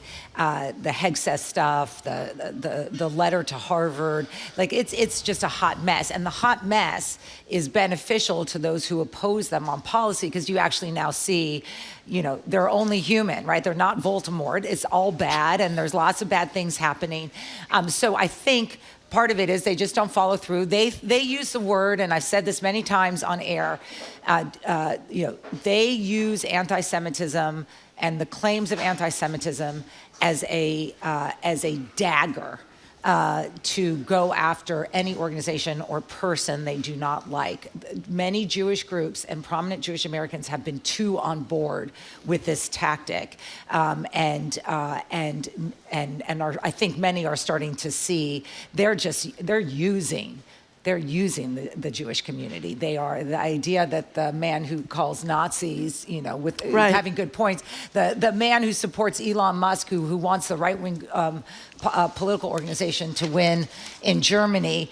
You know, I mean, he dines with white supremacists. Well, the other thing is, so anyway, so I think that's it. Also, I wonder if the White House got nervous about having a sort of anti-Semitism dialogue with the K through 12, and that's been promoted by a number of groups here, that like the K through 12 program is very anti-Semitic because of the litigation that's already started in the same what was circuit. interesting, when they asked them, when the city of Boston asked them for the instances, the examples of the K through 12 anti-Semitism in the schools, they don't have it. They didn't give them any. No. So it just makes you wonder, and it's also interesting when you hear people talk about anti-Semitism at different schools, and I mean, there's no doubt that there is anti-Semitism in the world, anti-Semitism on campus, but I always think it's odd that no one gives the details of these They never do. anti-Semitic attacks, and it makes me suspicious. Do they know know what exactly happened? That's what I always do. I always ask, like, okay, that's helpful. Like, rampant anti-Semitism at Harvard. Like, what? Like, give me an example. Give me an example. Yeah. What happened to you? Exactly. What was your like? You're not you're not allowed to just say that because it has a tremendous amount of power to call someone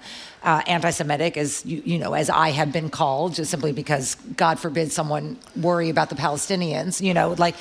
And that is it is so toxic to the reality of anti-Semitism and the ability of people to take it seriously, because now you sort of wonder, well, is that just MAGA in another name?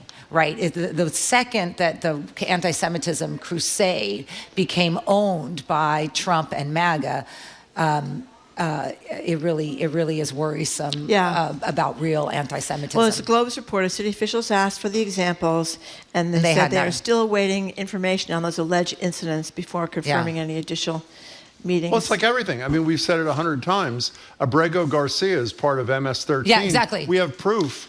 Where's the proof? I'm going to amend. The reason we don't provide it is because we don't my have proof. Let me just say, they've amended it 8 times after he's in El Salvador. So, like, why are you amending your proof? Like, every piece of this is falling apart across the board, and it is my guess is that they thought that this would have tremendous support, and the fact that they took someone who is not guilty at all undermined the reality that maybe they do have some guys that they took down. By the way, the New York Times is reporting today that he is not the only one. I know. That of those There's others 275, there are others, and Do you they know what went my through question the is? criteria of how ICE decides you're with a gang. Yeah. And I mean, the tattoo thing is almost a joke. They were talking about who's that great soccer player? Has the same one. Yeah, same one that he wears. Lots of other people wear. So it's really distressing. It's Garcia, and we don't know. It could be dozens more have been sent there without. But you know what's legitimate hopeful, reason. considering I never exude hope here, is while the vast majority of Americans support what they consider to be Trump's deportation policies, they do not support at all what's happened to Abrego Garcia, which is really heartening to me, particularly and I think in the White way House, that Bondi and Trump and everybody else have and I think the portrayed White him. House, I mean, you see the Republicans and the talking heads people desperately try to make this about the Democrats not caring about X, Y, or Z, and it's not working. I think part of it is this is so fearful. But the polling's really interesting on mass deportations, because when you actually then say who's being so huge majorities of Americans, if you have a job here, they are for you staying. They don't like the mass deportation. If you are married to an American, they don't like any of this stuff. This feeling is if you're married to an American, let alone that she's having a baby, because they kept the Columbia student away from he didn't get the birth. He didn't get to see the birth.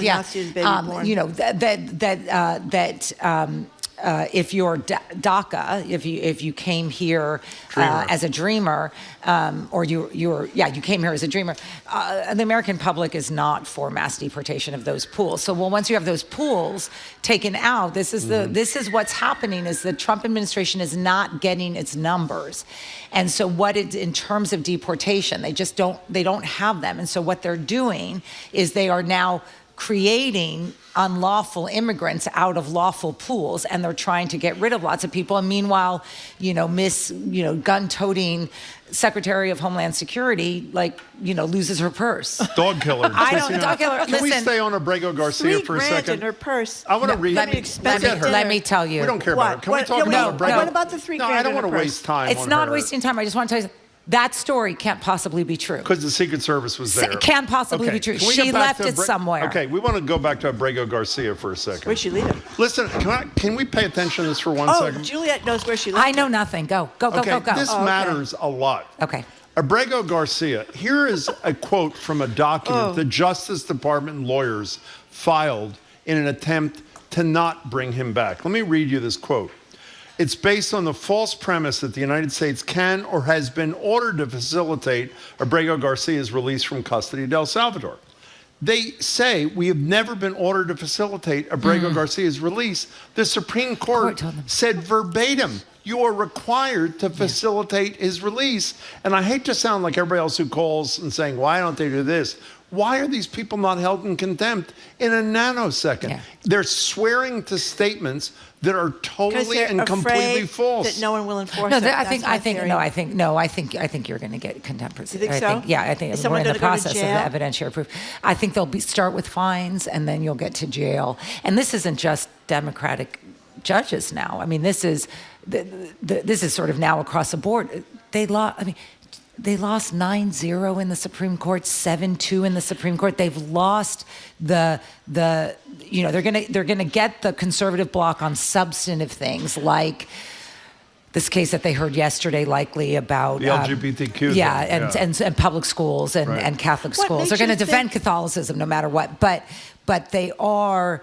They're losing that block 7-2-9-0 on the procedural stuff and the judicial stuff. And the reason why is, why do you exist but to protect but what makes the you rule think of law? They would care about fines. I don't think they care about fines. Well, I got one they should care about. The jail. Explain to me, no. Explain to me why a lawyer who signs a document that states a clear falsehood in violation of the exact language of the Supreme Court is not a subject of disbarment I think proceedings. You'll start to see that. I mean, it's outrageous. The ABA's totally been outrageous. Talk about these weird pockets of bravery. I mean, the ABA has actually been not good. And the reason why the reason why organizations like that can be is because they have Republicans who understand what is happening to this country, which is what we're seeing. I mean, look, as I've said before, he's wildly unpopular.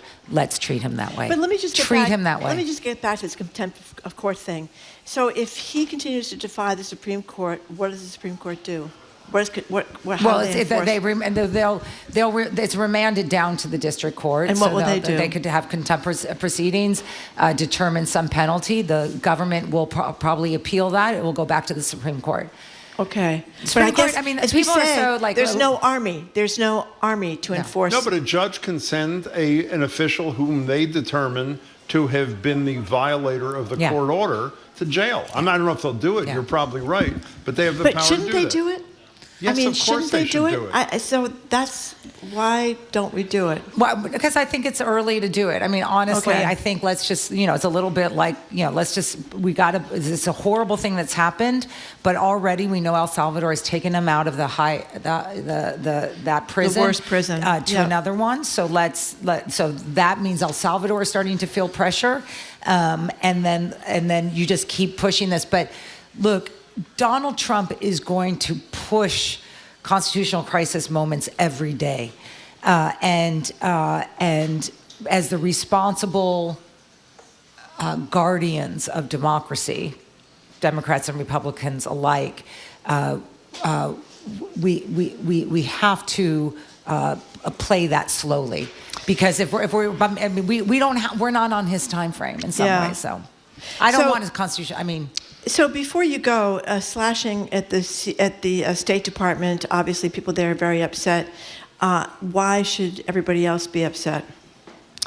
So, part of this is just sort of understanding Marco Rubio and what he stands for. And there's just before and after, right? And I think a lot of people were really confident that Marco Rubio, as Secretary of State, might have that sort of calming aspects on the White House.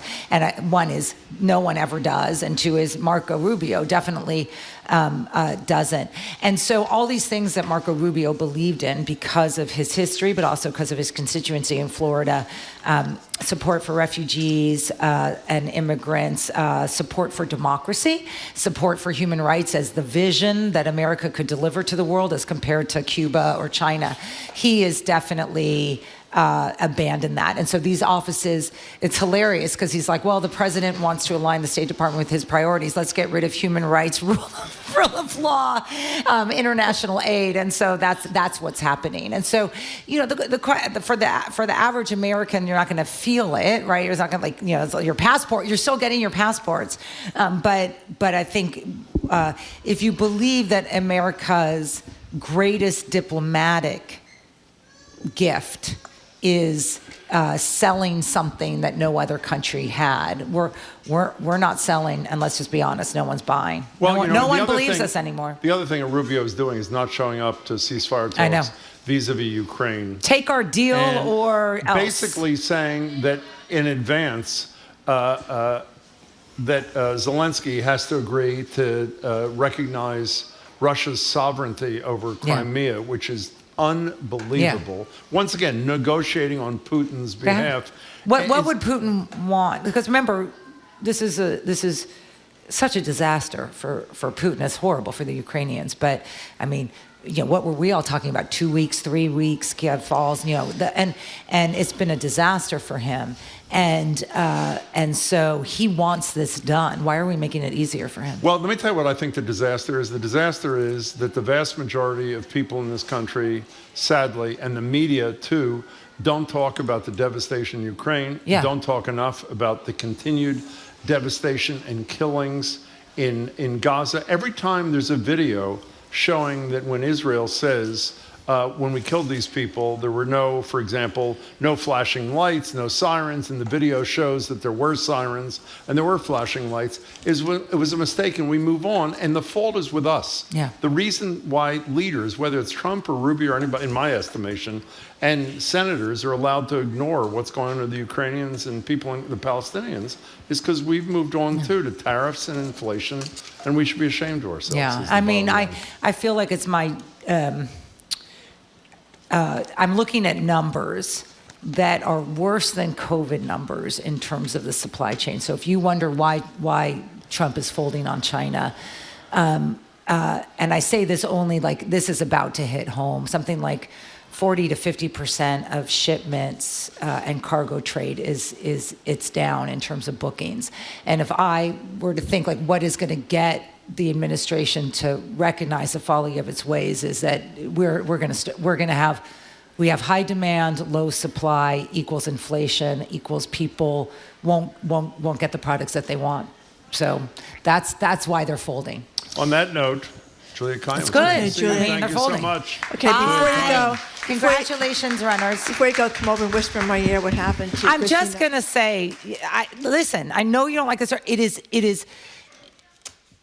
She has 24/7 Secret Service unless she asks them to leave, right? She has a dental appointment. They're not in the room. She has an OBGYN appointment. They're not in the room. You know why she asked them to leave? She wanted to kill her other dog. That was the...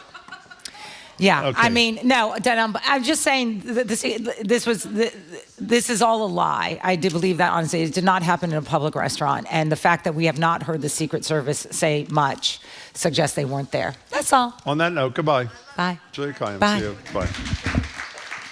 Squeeze that one in right there. Of Homeland The end. Security under Barack Obama, faculty chair of the Homeland Security Program at Harvard's Kennedy School of Government. Juliette, thank you very much.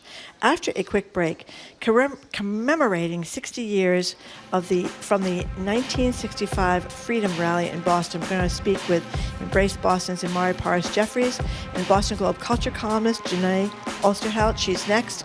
And he's next. You're listening to Boston Public Radio 89.7 GBH, live from the Boston Public Library and streaming at youtube.com/GBH News.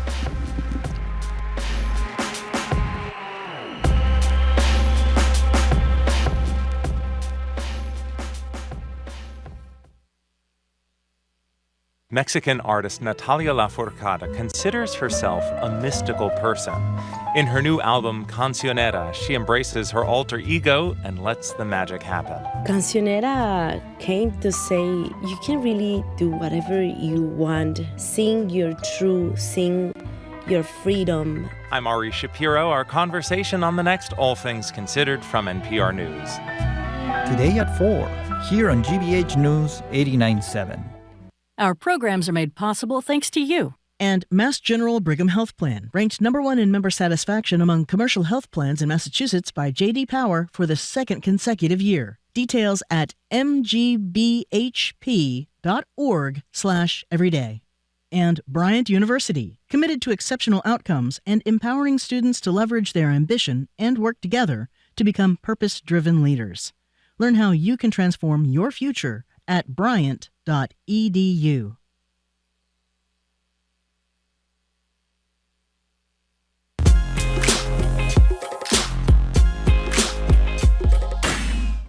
Welcome back to Boston Public Radio. Marjorie Egan, Jim Browdy. We're live at the library, streaming at youtube.com/GBH News. I don't know if we said this today. What day is today anyway? Is today Wednesday? Wednesday. Friday was when the governor was supposed to be here. Yeah, for those of you who thought the governor was joining us Friday noon to 1, she had a scheduling conflict. We have moved her to May 9th. Is that correct? May 9th from 12 to 1, not this Friday. Back in April of 1965, civil rights activist Reverend Martin Luther King Jr. led a massive march on Boston Common, protesting racial injustice in city housing and schools. Here's Reverend King speaking to about 20,000 people that day, again, 60 years ago.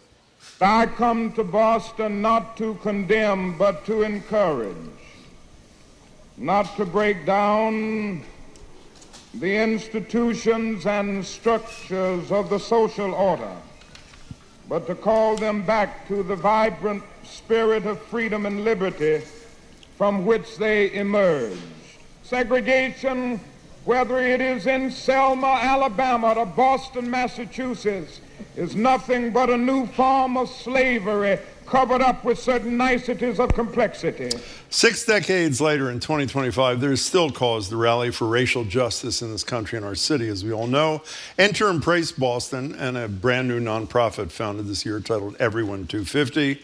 Together with city leaders, they've organized the 60th anniversary march happening this Saturday, leading to Boston Common. They're expecting thousands of attendees, including Martin Luther King III and two of the people here with us now. You know Imari Jeffries is the president and CEO of Embrace Boston. Imari, it's great to see you as always. Jenee Osterheld is the mind behind A Beautiful Resistance, a multimedia project with the Boston Globe, and she's also co-chair of Everyone 250. Jenee, it's great to see you too. Welcome to you both. Yeah, thank you. Thank you very much, both of you, for coming in. So tell us a little bit more about Everyone 250 that people don't know. Well, today is actually the anniversary of the march. So April 23rd is the anniversary of the march, and we thought that this month is so important to civil rights history, to Dr. King's history. April 4th was the anniversary of his joining the ancestors, his assassination, and the 27th, the day after the march, is Mrs. King's birthday. So to have this opportunity to celebrate this historic event on the eve of our country's 250th anniversary felt fitting. We know that Boston is a city of first. Of course, many of the colonial firsts happened here. Last Friday, we celebrated Paul Revere's ride. A couple of years ago, we celebrated the anniversary of the Boston Tea Party. We think this is an anniversary worth celebrating as well, and so we're so excited to be celebrating it in the spirit of the 250th. Jenee, what's your involvement in this as co-chair? Well, I'm one of the co-chairs of E250, particularly in charge of our archival publication and how we're going to tell the stories of Boston, and not just through the lens of one group, but through the lens of everybody in Boston and Greater Boston, making sure that we are nuanced and diverse and inclusive in our storytelling, because a lot of people are missing when we look back at that 250 years, and you would think that people of color didn't exist. You know, you mentioned archives. Just one second about archives being missing. A lot of people are missing. Aren't you worried about archives going missing these days as well? I'm worried about our arts and academic institutions, period. Under this jacket, I have a Schomburg shirt on for the Schomburg. I'm very concerned about us preserving our stories, our facts, what is true. The Trump administration is pushing American fiction in an effort to uplift supremacy and white comfort over the truth of who we are, which is really what's going to create segregation and division. Telling our truth does not divide us. Telling our truth is what helps us learn from each other and appreciate one another and make sure history doesn't repeat itself. Our museums are being stripped of their freedom. Our schools are being stripped of their freedoms. You know, Jenee, Khalil Gibran, I was just going to ask, how you do that, though? How do you go look? I mean, I have no idea how you archive information, how you physically do that. What do you do? I mean, about physically doing that, I would look to our wonderful, amazing Black Boston Urban Archives for that. But what we're doing is creating a coffee table book. So we are actually democratizing the process and allowing the community to submit their stories to us. Okay. And not just written stories. We're taking poetry, we're taking photos, we're taking graphic art, recipes, mixtapes. We are making sure that we're very nuanced in our storytelling approach. In addition to the coffee table book, there'll be social media, there'll be zines. We want to maximize our possibilities. There'll probably be a live storytelling event as well. I'm sure you're not surprised. I started to say Khalil Gibran Muhammad is with us every month. He used to run that library not so long ago. Told us just last week he's very concerned about the collection. He's very concerned about that history. Flesh out, though, a little bit. This is not just a one-shot deal. This is not just a demonstration at, I think, noon on Saturday. But there's much more to this, not just that day, but in the future. Fill in a few blanks, Imari. Yeah, 2 years ago when we started the idea of reenacting the march and celebrating the 60th anniversary, it was solidly in the spirit of commemoration. It was solidly in the spirit of celebrating the 250. And we talk about, when you turn 50 years old, you don't celebrate the anniversary of your first birthday. I don't want pacifiers and rattles. Like, I want a nice bourbon and a cocktail at 50 years old. That's what I want to do. That's what I did. And so what do we want as a country while we celebrate our 250th anniversary? We want to celebrate all the milestones of our country's lives. And this is a milestone. This is one of Boston's milestones. And so it got raised up as an important 250 event. And we could not have imagined 2 years later, when we initially started planning this, that we would be mobilizing in the same way that King and other activists were mobilizing in 1965. Leading up to the dedication of the Embrace, one of the things we really enjoyed doing with you and Michael Curry and others was talking about the history of the kings in this city, both kings, and I think a lot of us learned a lot that we should have known already. Talk a little bit about that visit of Martin Luther King Jr. 60 years ago, and how it was portrayed by some in the media and some polls as opposed to what he actually had to say. Yeah, there were 4 issues that were the most pressing issues of 1965. One of them was education. And so Jenee talked about, we're seeing education being under attack. So this is still a relevant issue today. Poverty, right? Many people, if you ask, why did you vote for Trump, or what was the issues in this election? And people were talking about inflation, in other words, poverty. The other thing that was an issue in 1965 was housing. And so all over the country, there's a housing shortage. There's affordable housing shortage in the country right now. And how are our federal dollars being used to make sure that everyone has a right to be in a home? And then lastly, it was racial equity. And so those were the 4 issues in 1965. Fast forward 60 years later, they're still the same issues. We're seeing a shift. A lot of us who do this work, Michael Curry, Jenee, others who do this work of civil rights, I think of 1963, I Have a Dream speech where King talks about this promissory note.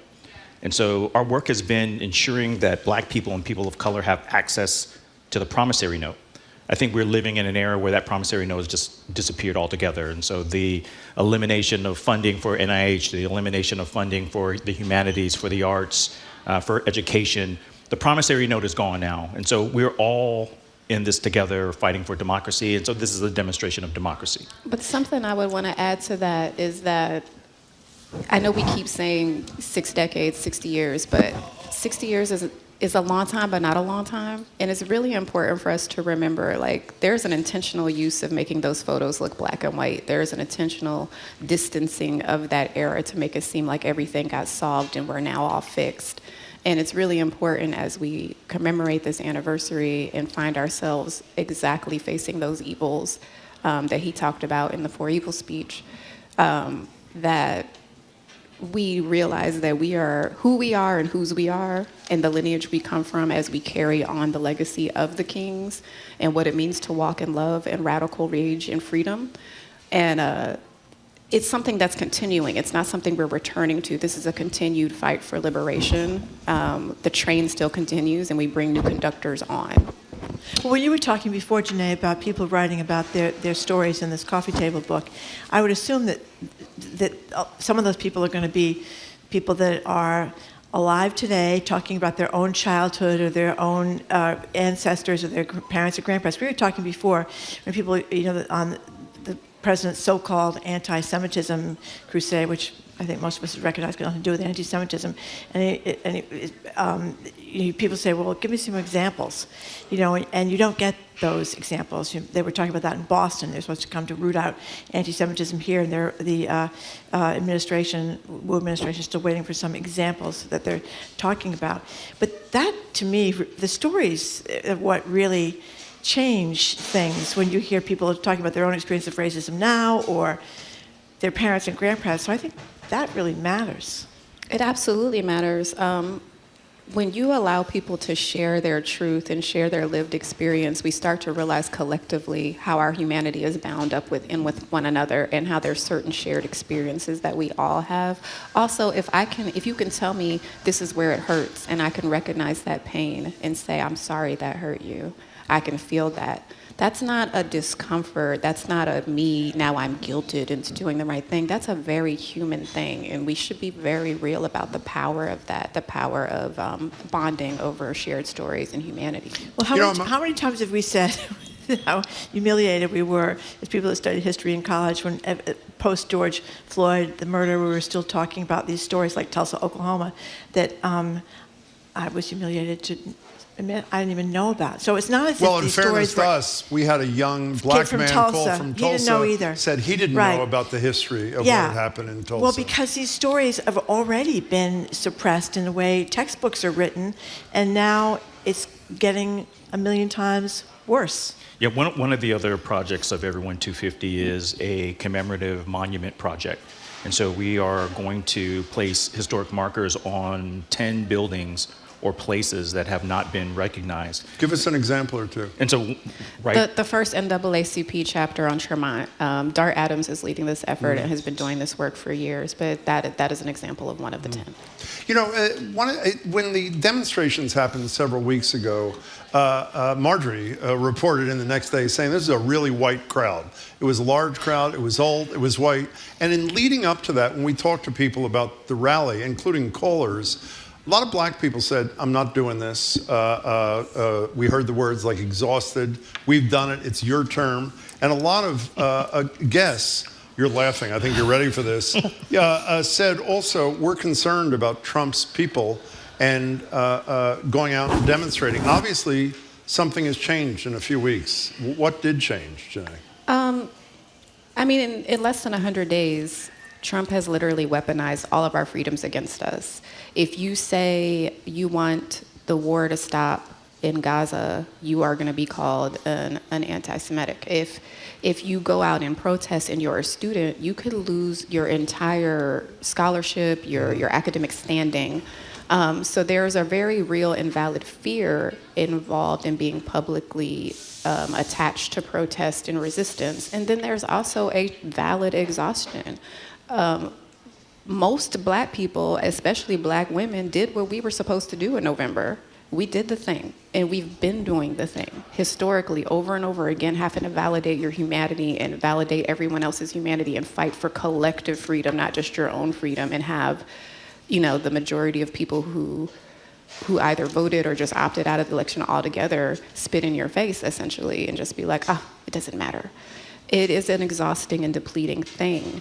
But I would not say, just because you don't see people of color in mass at some of these rallies does not mean they're not doing the work. I think a lot of people are working really hard to strategize and be smart about their strategy.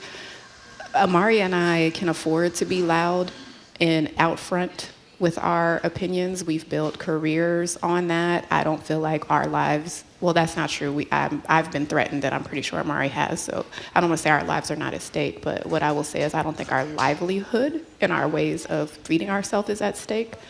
But maybe I wasn't clear. I wasn't being critical of anybody. I was stating it as an observation and a fact, and then saying, but I'm guessing, based on what I've read about Everyone 250 and what is expected to happen Saturday, is you both and your fellow leaders expected it to be a multiracial event, big time, and you're nodding in agreement. Yeah. So why do you expect that? And there was the level of fear, exhaustion, concern several weeks ago. What changed in your estimation? Speak to the safe space. Yeah, I think it's who who asked you to come, right? We have made an effort to use and spend social capital to try to ask people to attend and come. There are 180 partners on this, and we've asked them to use their social capital as well. There's no movement in America that does not involve Black people, and there's no movement in America where Black people weren't at the vanguard of that change. And so we know in order for the change to happen now, we're going to need Black people to get involved. And so there was a right in the time, and Jenee said it more eloquently than I did, for Black folks to rest and to sit some out.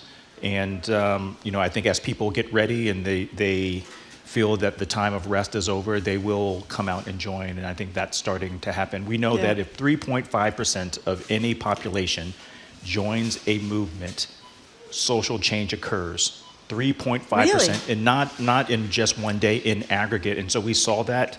There's a study that came out from Princeton a couple of weeks ago. There's a TED Talk on this 3.5% phenomena. I think in that first march a few weeks ago, it was 1.2% of the population came out for that hands-off protest. This is a part of it, but we're going to need Black folks to get involved in the movement. And I think when folks are ready, we are trying to make this as safe as possible. But people have to be ready to come out when they are. And I think we've used, and I say we, I just don't mean the two of us. I think many of us who've been doing the work have used social capital to ask people to give this a chance, because we have to participate in our democracy. I didn't know that, 3.5%. That's something. I'll have to watch that TED Talk. But this rally, there were, I think, also, and it was no Latinos, hardly any Asians. I think the Latinos, it was a lot about ICE. They were afraid. It was very old and very white. I felt right in at home. So, Imari or Jenee, there's something happening after the rally too at a church, right? Which people should know about. What's going on in Imari? So MLK the Third will be here, and many of our, we're fortunate in Massachusetts that many of the national leaders leading the resistance are from Massachusetts, and so many of the ones that we love and care about will be speaking on that day. Rasan Hall from the Urban League. Yeah. Willie Bodrick too, right? Willie Bodrick, Reverend Bodrick will be there. There'll be an event later on that day with MLK the Third, Rabbi Herschel's daughter, and MLK the Third will be hosting a session at 12th Baptist Church. There'll be 20 organizations that will be hosting stations, teach-in stations. So a lot of times people go to rallies and marches and it's like, what do I do next? I'm excited. This was, I'm jazzed up. There'll be 20 organizations that do this work every day around immigrant rights, housing, the environment, that will be there ready for folks to come and join the movements that are already in place. And so we're organized for the what's next after this activation.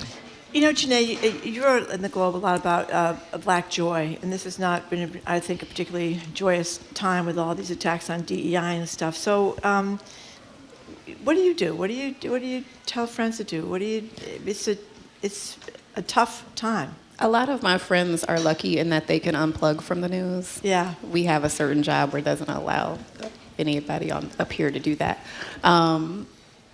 But I tell people that it is okay to rest, and it is okay if they don't want to show up to the protest. Just because you don't show up to the protest doesn't mean that you're not resisting. Yeah. There's many tools of the revolution, and they're all necessary. Some of them will be quiet and from within systems. Some of them will be without. But when it comes to making space for joy, it's necessary. Joy and justice are uniquely intersected. Like, you cannot have a justice movement without joy. It's why Martin Luther King had Mahalia Jackson sing, and having singers and entertainers and Harry Belafonte and all these people that would bring us joy and inspire us and empower us to the forefront, because even our enslaved ancestors found time to have harmony with each other and joy with one another and tenderness. For me right now, that would be going to see Ryan Coogler's Sinners, and just the radical nature of that film, the joy that's in that film, the horror that's in that film. It's a 7-layer cake of cinematic excellence. But it's honestly finding home within one another. People will come out to I believe that there's going to be a huge crowd this Saturday, because there's over 180 organizations, and they've all built community, and there's safety in community, and safety where you are loved versus walking into the unknown. And that's going to be lots and lots of joy. So it can be anything from, your niece or nephew smile, to a film, to a favorite song, to Kendrick's ambassadorship with Chanel, to Giselle Bird at TTO. I mean, so many things can give us joy, but for me, it's really finding solace in one another, seeing my little sister Lindsay ascend at a brace. That's my joy. By the way, we are a 7-layer cake of negativity here. So it's so good to have somebody who's positive about something. What's the website, Imari, if people want to check out what's going on, not just Saturday, but what's going to follow? They should go to embraceboston.org or everyone250.org. The march starts right here in Copley Square at 10 o'clock. Or they can go straight to the rally at 12 o'clock where the Embrace is, the Parkman Bandstand. We would love for them to join us in the march. And so we're marching from Copley Square to the corner of Boylston and Charles Street, where we're renaming that corner 1965 Freedom Rally Plaza Square. Oh. And so they should come and be a part of that and then join us for the rally at 12 o'clock. So it's going to be an exciting day, and it should be a joyful march. There's a lot for us to be angry about, and you know, every time I'm on here, you guys pick on me about being optimistic and joyful. We're going to keep doing that too. So, and you guys came to the MLK event, and you've come to the Maso salsa event. Like, joy is the fuel of movements, Yeah. and that joy and that trust. Those asks, right? When people go to those activations, those asks, we don't take them lightly when we ask people to put their bodies on the line for movements. And so we build on social capital and trust, and we try to move at the speed of trust, and that is Embrace's brand. And you know, people should please come out, and we could build a better America for the next 250 years. You know what you just reminded me of before you go quickly is when the Embrace was dedicated, and we broadcast live from there. One of the groups of people we were lucky enough to spend 20 minutes with was Martin Luther King III and his family, including his surreal grandkid. Daughter. And talk about joy and hope. And so the fact that you'll have an opportunity to hear from him in addition to all these other wonderful souls is a great and necessary opportunity. It's great to see both of you. Congratulations on the work. Thank we you. hope you come back soon. Thank Thanks you so much. Thank you. We have been speaking with the Brace Boston CEO, President Imari Paris Jeffries, as well as Jenee Osterheld, behind the Boston Globe's A Beautiful Resistance and co-chair of Everyone 250, helping organize this rally happening this Saturday, Boston Common, around the anniversary of Martin Luther King's 1965 Boston Freedom Rally. Coming up after a quick break, just enough time left for two more things. You're listening to Boston Public Radio, 89.7 GBH, broadcasting live from the Boston Public Library and streaming at youtube.com/GBH News. U.S. colleges are barreling toward a big problem: the demographic cliff. During the 2008 Great Recession, people had fewer kids, so fewer students in 2026. Which means colleges are desperate. I'm Kurt Carapezza from GBH News. And I'm John Marcus from the Hechinger Report. We look at how schools are dealing with the demographic cliff on our podcast, College Uncovered. Listen wherever you get podcasts. Support for our programs comes from you. And Newport Mansions, presenting Richard Morris Hunt in a New Light, a groundbreaking exhibition examining the architect's impact on American culture and his vision for a gilded American civilization. Opening May 30th at Rosecliff.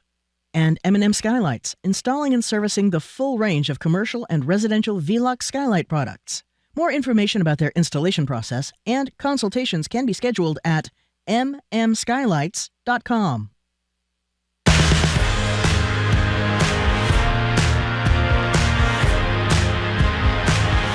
Welcome back to Boston Public Radio. Marjorie Egan, Jim Browdy, live at the library, streaming youtube.com/GBH News. I'm talking fast because we ran over. Two more things. It's going to be one more thing. Marjorie, take it away. Well, I'm going to try to be quick, Jim. Please. Everybody knows housing's for the roof. Cape Cod, Martha's Vineyard, Nantucket are about the worst. On Martha's Vineyard, almost no homes sell for under $1 million anymore.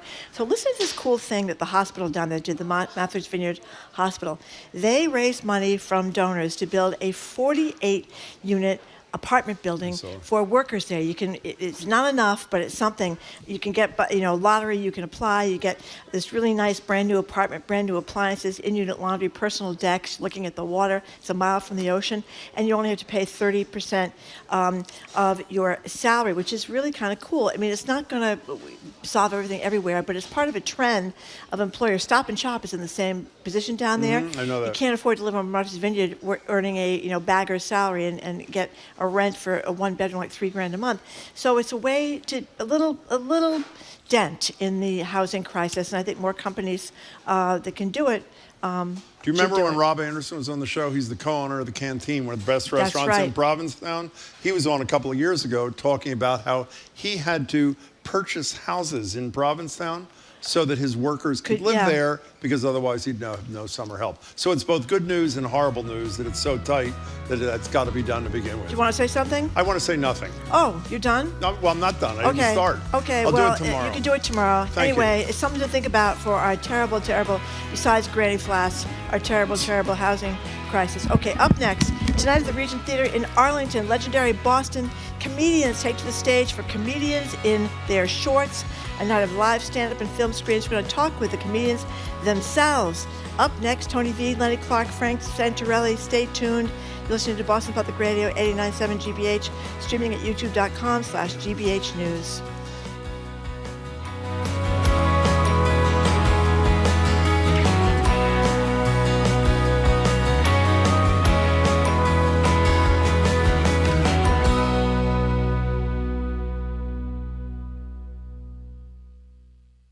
Support the news you trust by donating your car, truck, or other used vehicle to our vehicle donation program. You'll have more space in the driveway this spring, and you may earn a tax advantage.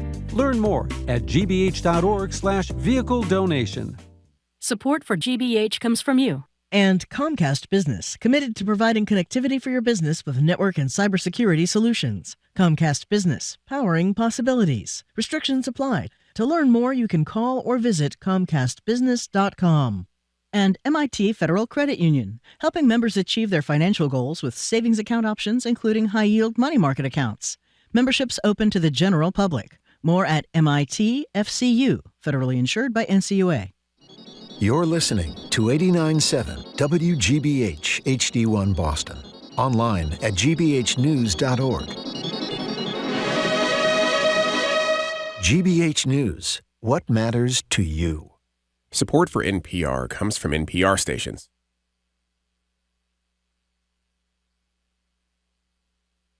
Support for NPR comes from NPR stations.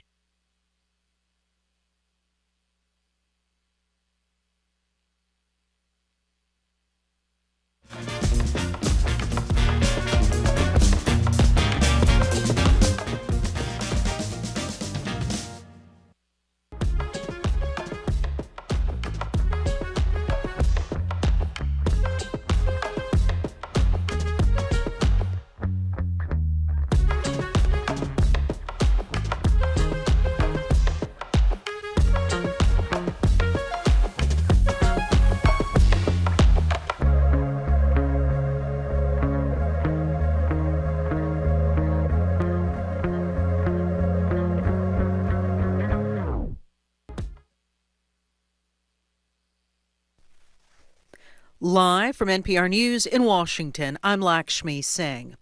The Trump administration is shutting down data collection for a landmark federally funded study about women's health.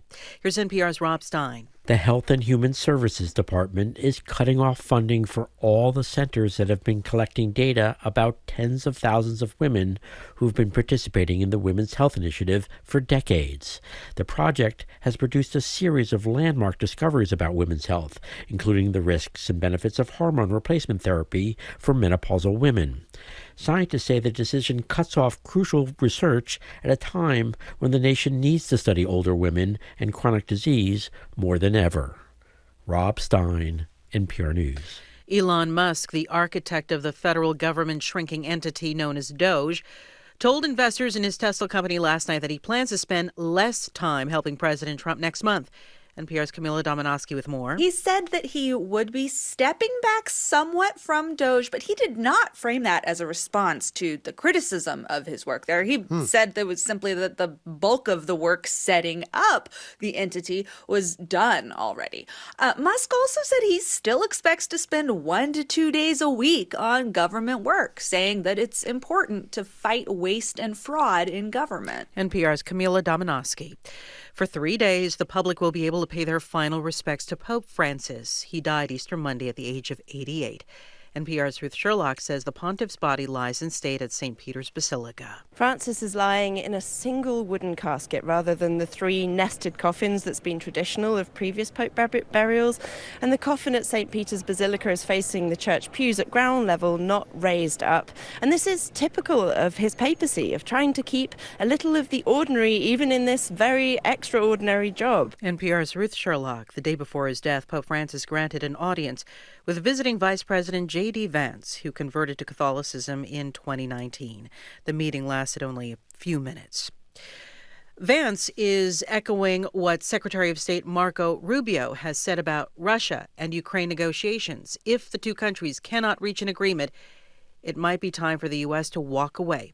NPR's Deepa Shivaram has more. Vance is traveling in India with his family. He told reporters it's time for Russia and Ukraine to say yes to the proposal to end the war. We're going to see if the Europeans, the Russians, and the Ukrainians are ultimately able to get this thing over the finish line. Vance said parties have been negotiating in good faith, but now it's time to take the final step toward a diplomatic agreement and long-term peace.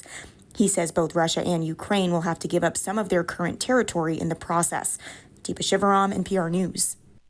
The Dow is up more than 600 points, or roughly 1.5%. It's NPR News. Good afternoon. With the latest from the GBH Newsroom, I'm Henry Santoro. State officials worry the commercial groundfish season will not open as scheduled next week, when the economic losses of fishermen could be major. Officials with the Massachusetts Department of Fish and Game sent a letter to the U.S. Department of Commerce urging federal regulators to sign off on catch limits so that fishermen can get on the water on May 1st. Tom O'Shea, commissioner of the state's Fish and Game Department, says any delays to the commercial groundfish season will be felt widely. I mean, every day that they're not out fishing, they're not making the money that they need to support their businesses, and we're not getting the seafood Massachusetts is known for. Experts say the annual process to open up the fishery has been delayed by the Trump administration's cut to the National Marine Fisheries Service and by changes to the science used to measure cod populations.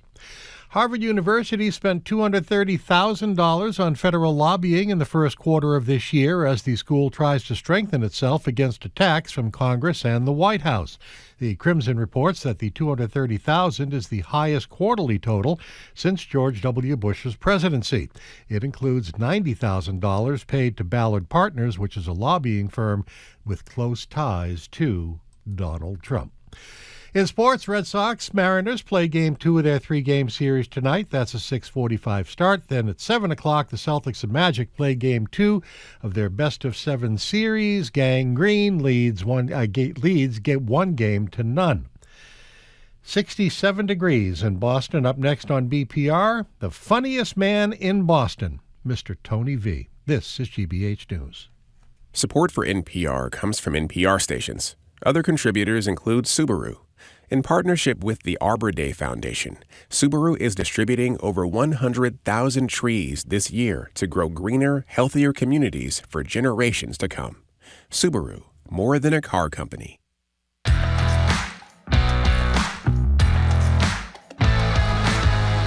Welcome to hour number 3 of Boston Public Radio. Jim Brady and Marjorie Egan. We are broadcasting live from the Boston Public Library and streaming. Thank you at youtube.com/GBH News. Hello again, Jim. Can I just say in advance, This was a big mistake. I can tell you that. No, it's very clear. We haven't even started, and this is going to be a disaster. Yeah. So tonight at the, not. Well, I'll make the decision. Okay. Tonight at the He'll make Regent the decision. Theater, a live comedy event titled "Comedians in Their Shorts," whatever that means. It'll feature 3 really short but fabulous films: the award-winning Dirty Uber, OOBER, Love in Space 1, along with the premiere of Love in Space 2, plus performances from comedy masters Lenny Clarke, Ken Rogerson, Frank Santorelli, Steve Bjork, and Tony V. The films are the work of comedians Tony V and Frank Santorelli, along with director-actor Jordan Tofalo. 7:30 tonight. Tickets and more info at Regent Theater. It's got one of those little RE things at the end. RegentTheater.com.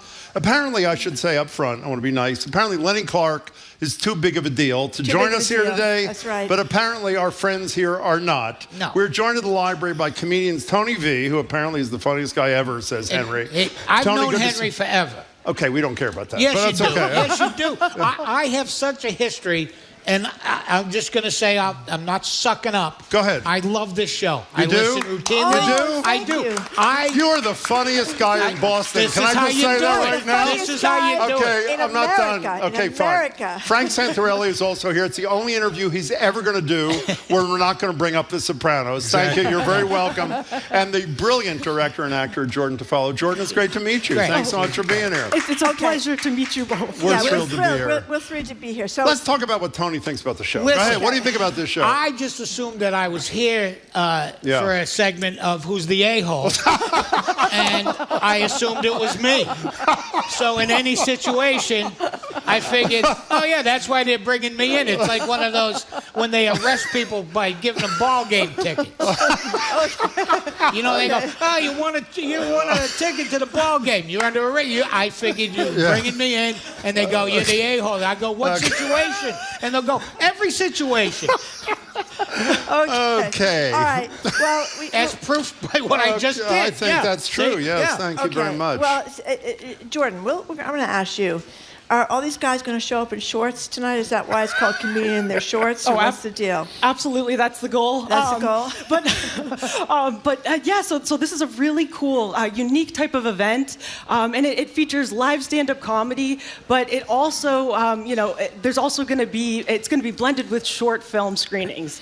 And what makes this event so unique is that these are all comedy legends, absolute legends. I mean, Tony V, Frank Santorelli, Lenny Clarke, Ken Rogerson, Steve Bjork. These guys are incredible. So it's very cool to get to see all their talent even beyond the stage. By the way, Lenny Clarke is dead though, since he didn't show up. Let's just move on here. So you're apparently not the best comedian in Boston, but you're one of them. So what's your deal with this whole thing? I didn't have to do any of this because I was on The Sopranos. That's right. That's right. We weren't bringing that up. Okay, bada bing. Thank you very much. Bada bing. So hey, listen, it's all about this kid right here, and I'm not kidding. She has made 10 films over the last 2 years. 10. Yeah. Wow. Seven of them in 2024. Wow. And 2 of them were ones that I wrote. Love in Space and Love in Space 2. They're not really, they're filmettes. Would you not agree? Exactly. Short they're films. filmettes. Short 7 minutes. They are short films. The 3 films together are like 22 minutes or 24 minutes or something. Is there a common, he is the creator of Dirty Uber. I'm pointing to Tony V. Oh, yes. Lenny Clarke created the idea, and Tony V wrote it, and Frank is the creator and writer of Love in Space. Is there a common both a thread, riot. for people who haven't seen them, is there a common thread through these 3 films, would you say? Yes, I definitely will say we work with the similar people. In Massachusetts, there's just so many talented people here. There are? And 2 of them are actually over here. We have Lisa Why don't you introduce them, yeah. Lisa Sheehan and Sharon Smith. They're in Love in Space too, I should say, both of them. They are. Yes. They're fabulous. Okay. Multi-talented. But yeah, so we try to keep working with really awesome, talented people that just want to have fun. Tell stories that are meaningful, but also provide laughter as medicine to people. And these guys are brilliant, and to get to work with them, it's oh my God. Who's it's an funnier, honor. do you think, of these 2 guys? Frank or Tony? Who would you say is funnier? Oh my God. What's the problem? Jordan, answer that. I have to say, I got to leave it a mystery. Yeah. Okay. Well, the common thread is Jordan. Okay, she's the common For real. thread. She's the common thread between all of us. She made these films. Yeah, she got these All we done. did was write them and act in them, but she basically did all the nuts and bolts. Can I hold this for a second? Apparently, we have somebody joining us on Zoom. The staff says take them. I don't know who they are. We're joined on Zoom by somebody, and this would be, who is this, please? Lenny Clarke. Finally, he shows up. Hello, Lenny Clarke. He's the fake. Hello, Jim. Hello, Marjorie. Hello, you brilliant actors and actresses, director. You know what? Frank was right. What did he say? Jordan Tofalo is the greatest director. Not only that, I've asked her to direct 2 things of mine that she said no to. So she's a really smart gal. and she's just so good to work for. I mean, she got all these people together and work just these particular 3 movies. And she's also a brilliant actress. And I can't say enough about her. I think she's going to be a really, really big director. Now, Lenny, a lot of listeners are texting and saying, are you joining us from a garage that's currently under construction? Is that where you are, or what? It's my crash pad in Somerville. It is. Yeah. Somerville. I think that's very similar to Somerville. We like to call it an undisclosed location. Oh, yeah. An undisclosed location. Okay, last time I saw you, you were a fake Uber driver in the one of the featured films tonight. So want to tell people a little bit about that? Sanjay? Yes, I do. I had dreams of this movie, and thank God I got Tony involved because he wrote it, and it was my creation. And when I saw Jordan with Tony as the Harvard professor, and Tony, some of the best work he's ever done, it really meant something to me. Now, had I not used the term dirty, we would have been in every film festival in the country. Dirty Uber. People would know, you can't be a dirty Uber. I'm the dirty Uber. For God's sake, if I had left dirty out, we would have been at Cannes. Okay. He's right, you know. So, Jordan, this question is for you. These 3 guys are like drooling over you, I think is a fair... No, I'm serious. I mean, you're not like Martin Scorsese. I mean... No, I'm definitely not. So, the films are fabulous. What is the allure, would you say, of you to these 3 well-known local and national comedians? I would say I think they like that I like to have fun, and it's just a really, really fun experience, I think, us all working together. And I think that that's really what it's about, is working with, wonderful people that are all about, integrity. And that is, You agree with that, Tony? No. Okay. Listen, you can tell already we're wonderful to be around. You are. It's incredible. There's no getting around that. But Jordan gets things done. Like, I was we'd just have gonna these say that. ideas. I was just going to say. And they would stay in our heads and on our papers forever. And then we say to Jordan, hey, we got this idea. And she goes, yeah, I'll get a film crew. I'll get the money together. I'll get we'll do the back end. We'll edit it. We'll do. And, because we would just, We've been approached dozens of times to do films that never happened. That never happened. Can't And get she the gets money, it done. can't do this. Right. And she's got 10 films. Yeah. And it left up to my own devices, I'd be doing Wordle right now. Okay. I gotta say about Oh, here's Lenny Clarke again. Oh, he's back. From his garage. Go ahead, Lenny. I'm sorry. Go ahead. She's beautiful. She's brilliant. And like the boy said, she gets things done. Yeah. She does. And from start to finish, she's in everything. The editing, the production. Yeah. Casting. Absolutely. Okay, enough about Jordan. I'm sick of this. We hear about Love and Space. Yeah. Frank can tell us about Love and Space, parts 1 and 2. Yes. Give us a little synopsis. Well, Jordan was in, we were all in Sweeney Killing Sweeney. Yeah. And so that's where I met Jordan. Steve Sweeney, for those who don't know. Correct. Right. And he's in the film. We know that. Yes, we do. Yeah. So anyway, He's Jordan and I excellent in the met, film. and then she said, let's work together. Let's do something. And I've always wanted to do something, so I wrote Love and Space. Do you want to hear a little sound from the trailer of Love and Space? Sure. Because you wrote it. Do you know that? You do. Okay, here is a little, what is it? Oh, it's trailer from the first. You don't call it the first, but it's just called Love and Space. Love and Space. Here it is. Go ahead. Oh, there's a meteor headed towards us. It is small, but it is dangerous. And it's coming here in about 30 minutes. Boris, you're not in uniform. Boris, you are so fired. This is no joke. It could be the end of the world. Okay, that tells us absolutely nothing about the film. Exactly. So do you want to tell us a little bit about these two? They're in space. What don't you get? And they're in love, or one of them How is hard anyway. can it be? Okay, fine. Yes. Tell us a little bit about the film, since you wrote the two Okay, films. Go so ahead. it's I'm in love with Jordan. Yeah. I'm 70. She's 25. And so she's totally repulsed by me. That's the line. Yeah. That's the story. By the way, he also goes by the name Bill Belichick. I don't know if people know. It's his own. Thank you very much. Thank you. That was a good one. By the way, Tommy Flynn, watching on YouTube, just texted and said, love this, definitely going tonight. Oh, good. So apparently... we just sold the ticket. Thank you. Jordan's having That's a all we Okay, came to we gotta do. go. We sold one. That's it. I hope we sell some more. We're done. So you and Lenny Clarke have something in common that you Oh, disclosed yeah, to Lenny. me before the show, Jim. I don't want to lord it over you because you are a fairly big deal. But both of us, from what I understand, ran for the Cambridge City Council, and one of us was successful in that run. One was not. I can't. Who was successful and who was not? One more time, please. That would be you being successful, but Jim, thank God for unanswered prayers. I don't want any part of that now. And what was your platform, Lenny? Well, that's a good question. What was your spiel to the voters? My platform was to help the elderly and the unemployed. Okay. And how about the bike lanes? Did you weigh in on the bike lanes? No, that bike lane is a travesty. Someone's going to get killed, and I can't wait for the big lawsuit. You want to ride a bike? Ride on the sidewalk. No one's walking.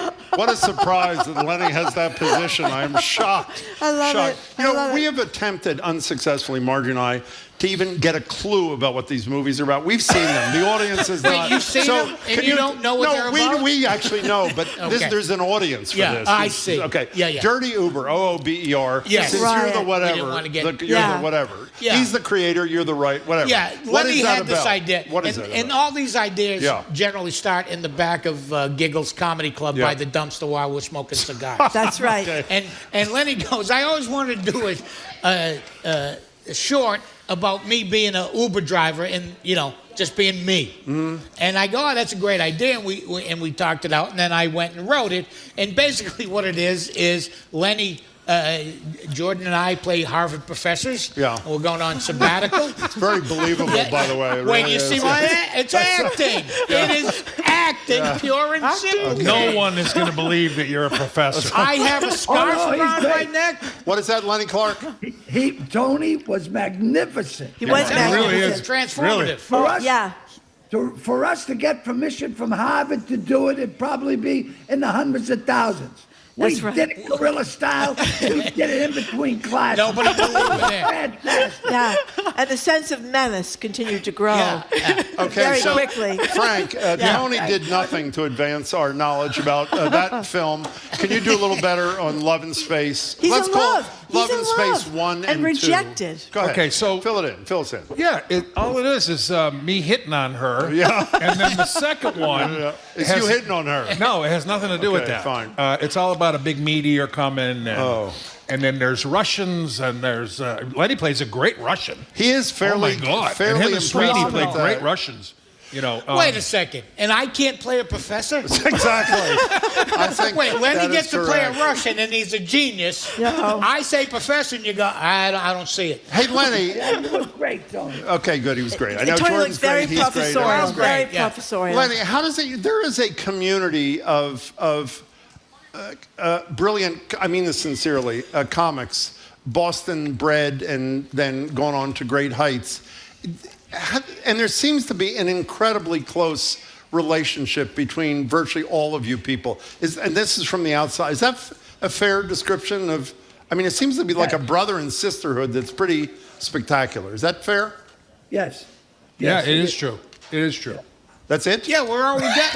No, it's because it's all we got. And the Boston comedy scene, which was spearheaded by one Lenny Clarke. Yes, it was. It wasn't supposed to be a business. It was just us hanging around and having a party for 12 years before it became an actual business. Do you like each other? I mean, really? Not all of us. I vacation with him. You do? Yeah. Our families vacation together. Where do you go? Wells Beach, Maine. Oh, Wells Beach, Maine. Okay, Cold. that's a nice Is it place. cold? Cold. It's Water cold. We Yeah. get Very to cold. 3 days where it's like 57. Yeah. Yeah, the voice goes up a little. We bought wetsuits for my kids. You got to do one it. of the things you three have not, I'm talking about the three comedians, have failed to do is you failed to talk about the quality of Jordan's work. Do you want to spend a few minutes talking about how just told you that she's Can I the tell you? reason. Okay, enough. Jordan, in all seriousness, you know what I love about these films beyond the fact, as I said, Marjorie doesn't laugh out loud that much, except when we screw up on the show.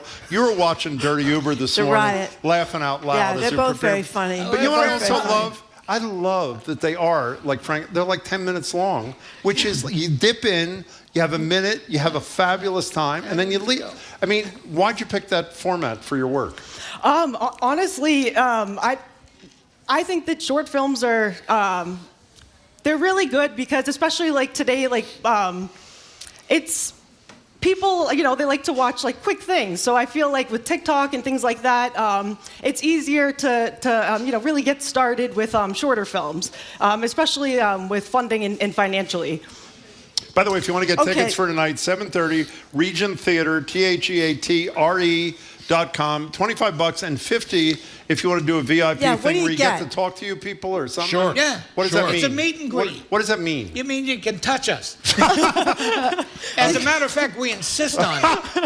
Okay. Well, there's a Q&A. There's also a Q&A with the cast, right? Yeah, there'll be a Q&A afterwards. Yeah. I want to do a shout-out to Leland Stein, who owns the theater. I didn't even see you. How are you, Leland? It's great to see you. He put this all together. He helped us with this immensely. He did? And his guidance and everything has just been, and also free.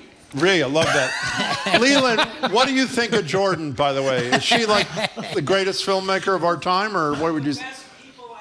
One of the best people I've ever worked with. So Thank you, Leland. Is Lenny Clarke going to show up at the Comedians? Yeah, he'll be there. Oh, yeah, he's there. Why don't you ask him? He's not right going to be on Zoom, right? You're coming. I will be there, Margie, and for an extra $200, I'll go home with people. Okay. We accommodate. Well, you're going to pay them, or they're going to pay you? It doesn't matter. As long as money changes hands. And is anybody wearing shorts? I mean, or is this Frank's got comedians shorts in their on. I got shorts Frank's now. wearing shorts. Yeah, Frank is going to wear shorts tonight, too. Okay. Hey, Lenny, are you wearing pants right now? Why should today be different from any other day, right? Hey, the guy on CNN didn't wear any pants. Why should I have? That's right. That really? That's right. By the way, he's got an op-ed in the New York Times today talking about rehabilitation. Really? Sure. He does. So, we're going to talk in a few minutes with our listeners. Oh, this is a good Weather's one. getting Yeah. warmer, That guy about needs- wearing shorts. Yeah. Jim wears shorts all the time. I and do. some people are Not rather today. upset about it. But the question Wait, is, some people are not. You are. Nobody's upset except you. Marjorie. Can you wear shorts to the office? Oh, What that's do you a great think, Tony? question. I don't have an office. You don't But have an office, I would okay. wear shorts anywhere. You would wear Sure. shorts Yeah. anywhere. That's bold. I Okay. think this whole, caving into what you're supposed to look like Yeah. is a lot of hooey. All right, we'll You know what I mean? we'll ask Frank, and then we'll see what Jordan thinks. What if you lived in Jamaica? Yeah. Well, They if you wear live- shorts. Yeah, Yeah, but can I that's tell you true. something? We don't live in Jamaica. Yeah, but it doesn't matter. Exactly. It's a state of mind. Excellent point. How about you, Frank? Well, obviously, you're wearing shorts. I wear shorts all year round. You do? I do. Ask these guys. Yeah, he's I come very in sweaty. November, and I'm wearing. He likes to have ventilation He's around his very calves, sweaty, right? sure, yeah. And how about Lenny? Is Lenny going to wear shorts tonight? No. Or is Why don't you ask Lenny? he's gone? There he is. I do have pretty nice legs. Do you have nice legs? Yeah, I do. I've Well, been that's told good. by Okay, men then- and women alike. There you go. So, yeah, perhaps we'll see. It's part of the mystery of the night. Now, We'll see. okay. We'll see what happens. I just want to take this opportunity to thank you for having us. Really? Oh, Yes, you're very yes, welcome. because I've never seen the inside of a library before. And I think this is fantastic. It Well, is can I tell you absolutely People come beautiful. in here and take books. Apparently, they They do. Really? It's Yeah, they do. beautiful. What a wonderful concept. Yeah. For whatever it's worth, since you were kind enough to say what you just said, I should be honest enough, transparent enough to say, I voted against having you here today. And I did. And I was outvoted. Slow So news day, was it? it's almost over, so it's okay. We can got deal with through it. No one got hurt. Okay, let's talk about Sopranos for 3 minutes. You Sure. want to- No, we're not. We're not. In all seriousness, how sick are you? Raise your right hand for this. How sick are you of people asking you about being the damn bartender at the club? I mean, First of all, I enough wasn't already. the bartender. Whatever you were. Well, whatever they do, the first thing they say is, "How was James Gandolfini?" That's Okay. Yeah. the question. Okay. Most Yeah. people. We're not ask going to me. ask you that. No, How no. was James Gandolfini? He was nice. He was the really nicest good? guy in the world. He was great. Totally real and not like the character at all. And just a wonderful guy. So you're sick of being asked about this? Tell Not the at truth. all. Not Yes, at you all. are. No. I do Really my not? stand-up shows and I sell my pictures when I'm done. You do? I do. People line up to buy pictures of me as Georgie from the Bada Bing. It's a little crass. Because it was one of the great shows of all time, though. I mean, I think why not talk about being part of one of the greatest things ever on TV? I get 50 people in a row buying pictures, and then people come up and go, "You're actually selling pictures of yourself?" Why not? Why not? And I've heard people now that just started that never watched it when it first came out, and now they, especially in the wintertime, they're looking for something good to, watch it. Sure. They go through all the seasons, and they just can't believe how good a show it was. I know. I had to It close was a my good eyes show. for It a was a lot of good it. show. There were some What'd bad you say, Tony? moments. It was a good show. Yeah, it was a good. Oh, it was a Wasn't great as good show. as Brotherhood on Showtime. Oh, he was on the Brotherhood. Oh, okay. And he got You sell strangled pictures of to death. yourself on that or no? No. You don't. I sell pictures Briggs of Frank. You get strangled to death? I get strangled in the Brotherhood. That's too bad. Lenny, mercifully, this is almost over. Is there anything you want to pitch before we're done or no? You started it. I used to audition with Jimmy Gandolfini for years in Los Angeles, and both of us would get rejected. Wow. And then we'd have coffee, and then he popped with The Sopranos. And, you know, and I'm still banging around. I'm doing movies. I'm doing a TV series with Nicole Kidman. Yes. No. Wow. Wait, is that really? I read that. I thought that was BS. That is true. What's the name of the show? Jamie Lee Curtis and Andrea DeBarce, 3 Academy Award winners. And you? And none of them want to have sex with me, so basically I'm fearless. There's a theme throughout this. There is. People hitting on people not wanting to have sex with comedians. Yeah. Thank you. That's the through line. Oh, wow. Okay, so Can't have 7:30 tonight. Regent Theater, RE at the end of theater.com. Stand-ups by 5 of you guys. All three movies going to play? All three movies. Oh, that is fabulous. Then a meet Q&A. and greet, and a question and answer. They can touch Question us and answer. and Anywhere. ask us questions. Anywhere. Exactly. That's right. I actually have, I will draw circles on me where I like being.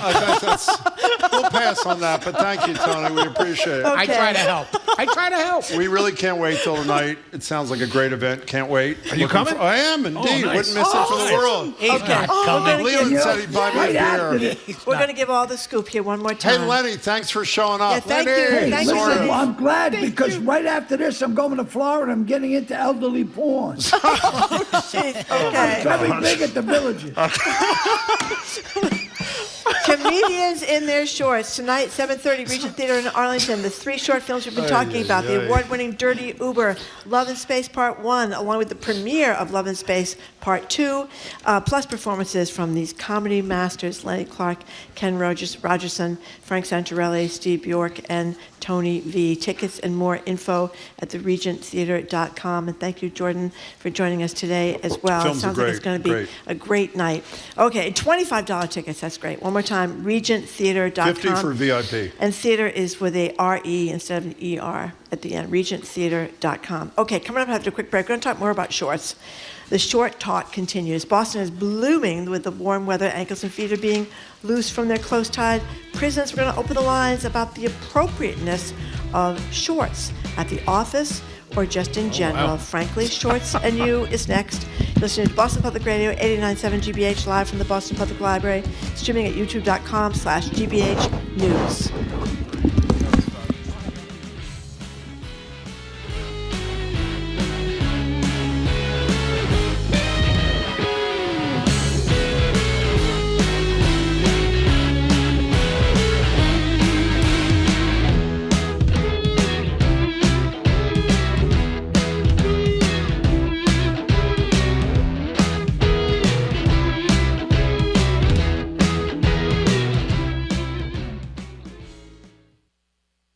I'm Soraya Wintersmith. Coming up on GBH's All Things Considered, members of the state's congressional delegation are returning from Louisiana after visiting with detained Tufts international grad student Rumeysa Ozturk. Advocates are pushing Beacon Hill lawmakers to eliminate life sentences without the possibility of parole. Plus, Mexican artist Natalia Lafourcade has a new album out where she embraces her mystical side and lets the magic happen. Those stories and all the day's news starting at 4 on GBH's All Things Considered. Our programs are made possible thanks to you. And Mass General Brigham Health Plan, ranked #1 in member satisfaction among commercial health plans in Massachusetts by J.D. Power for the second consecutive year. Details at mgbhp.org/everyday. And the Office of the Massachusetts State Treasurer. The Unclaimed Property Division is holding unclaimed funds from medical bills, uncashed paychecks, savings accounts, and more. To see if you have any unclaimed money, you can visit findmassmoney.gov.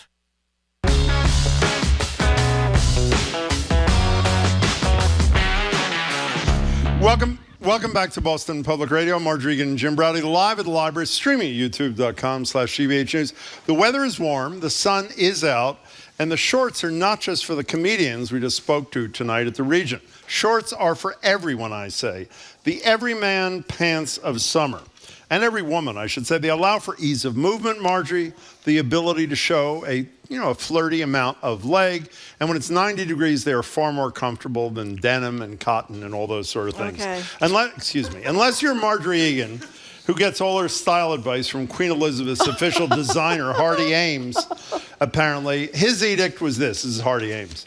Men should never wear shorts except when actually on the beach or on a walking tour, whatever a walking tour is. So the lines are open at 877-301-8970. Do men have the same rights as women in this society, or are women destined to be the only ones with the freedom, the liberty, the audacity to show some calf, show some sultry ankle, or are you of the belief that women shouldn't be wearing shorts either? Shorts and you in the office, on a walking tour, 10-inch inseams, whatever it is, where do shorts belong? 877-301-8970. Now, you have fairly strong feelings about this. Take it away, Marjorie. Well, I am not a fashion person. Yes. I wear the same thing every day. You do, every day. But part of every day.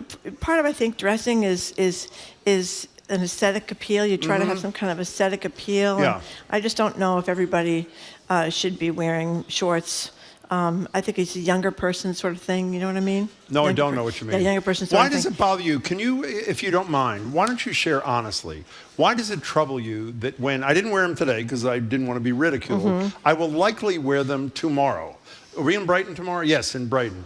Why will you be as troubled as you obviously will be if I appear in shorts? If it makes me happy, why should it make you unhappy? I'm not troubled. I just don't. You are troubled. I just don't think it's putting your aesthetic best foot forward. It's not? Let me put it that way. No.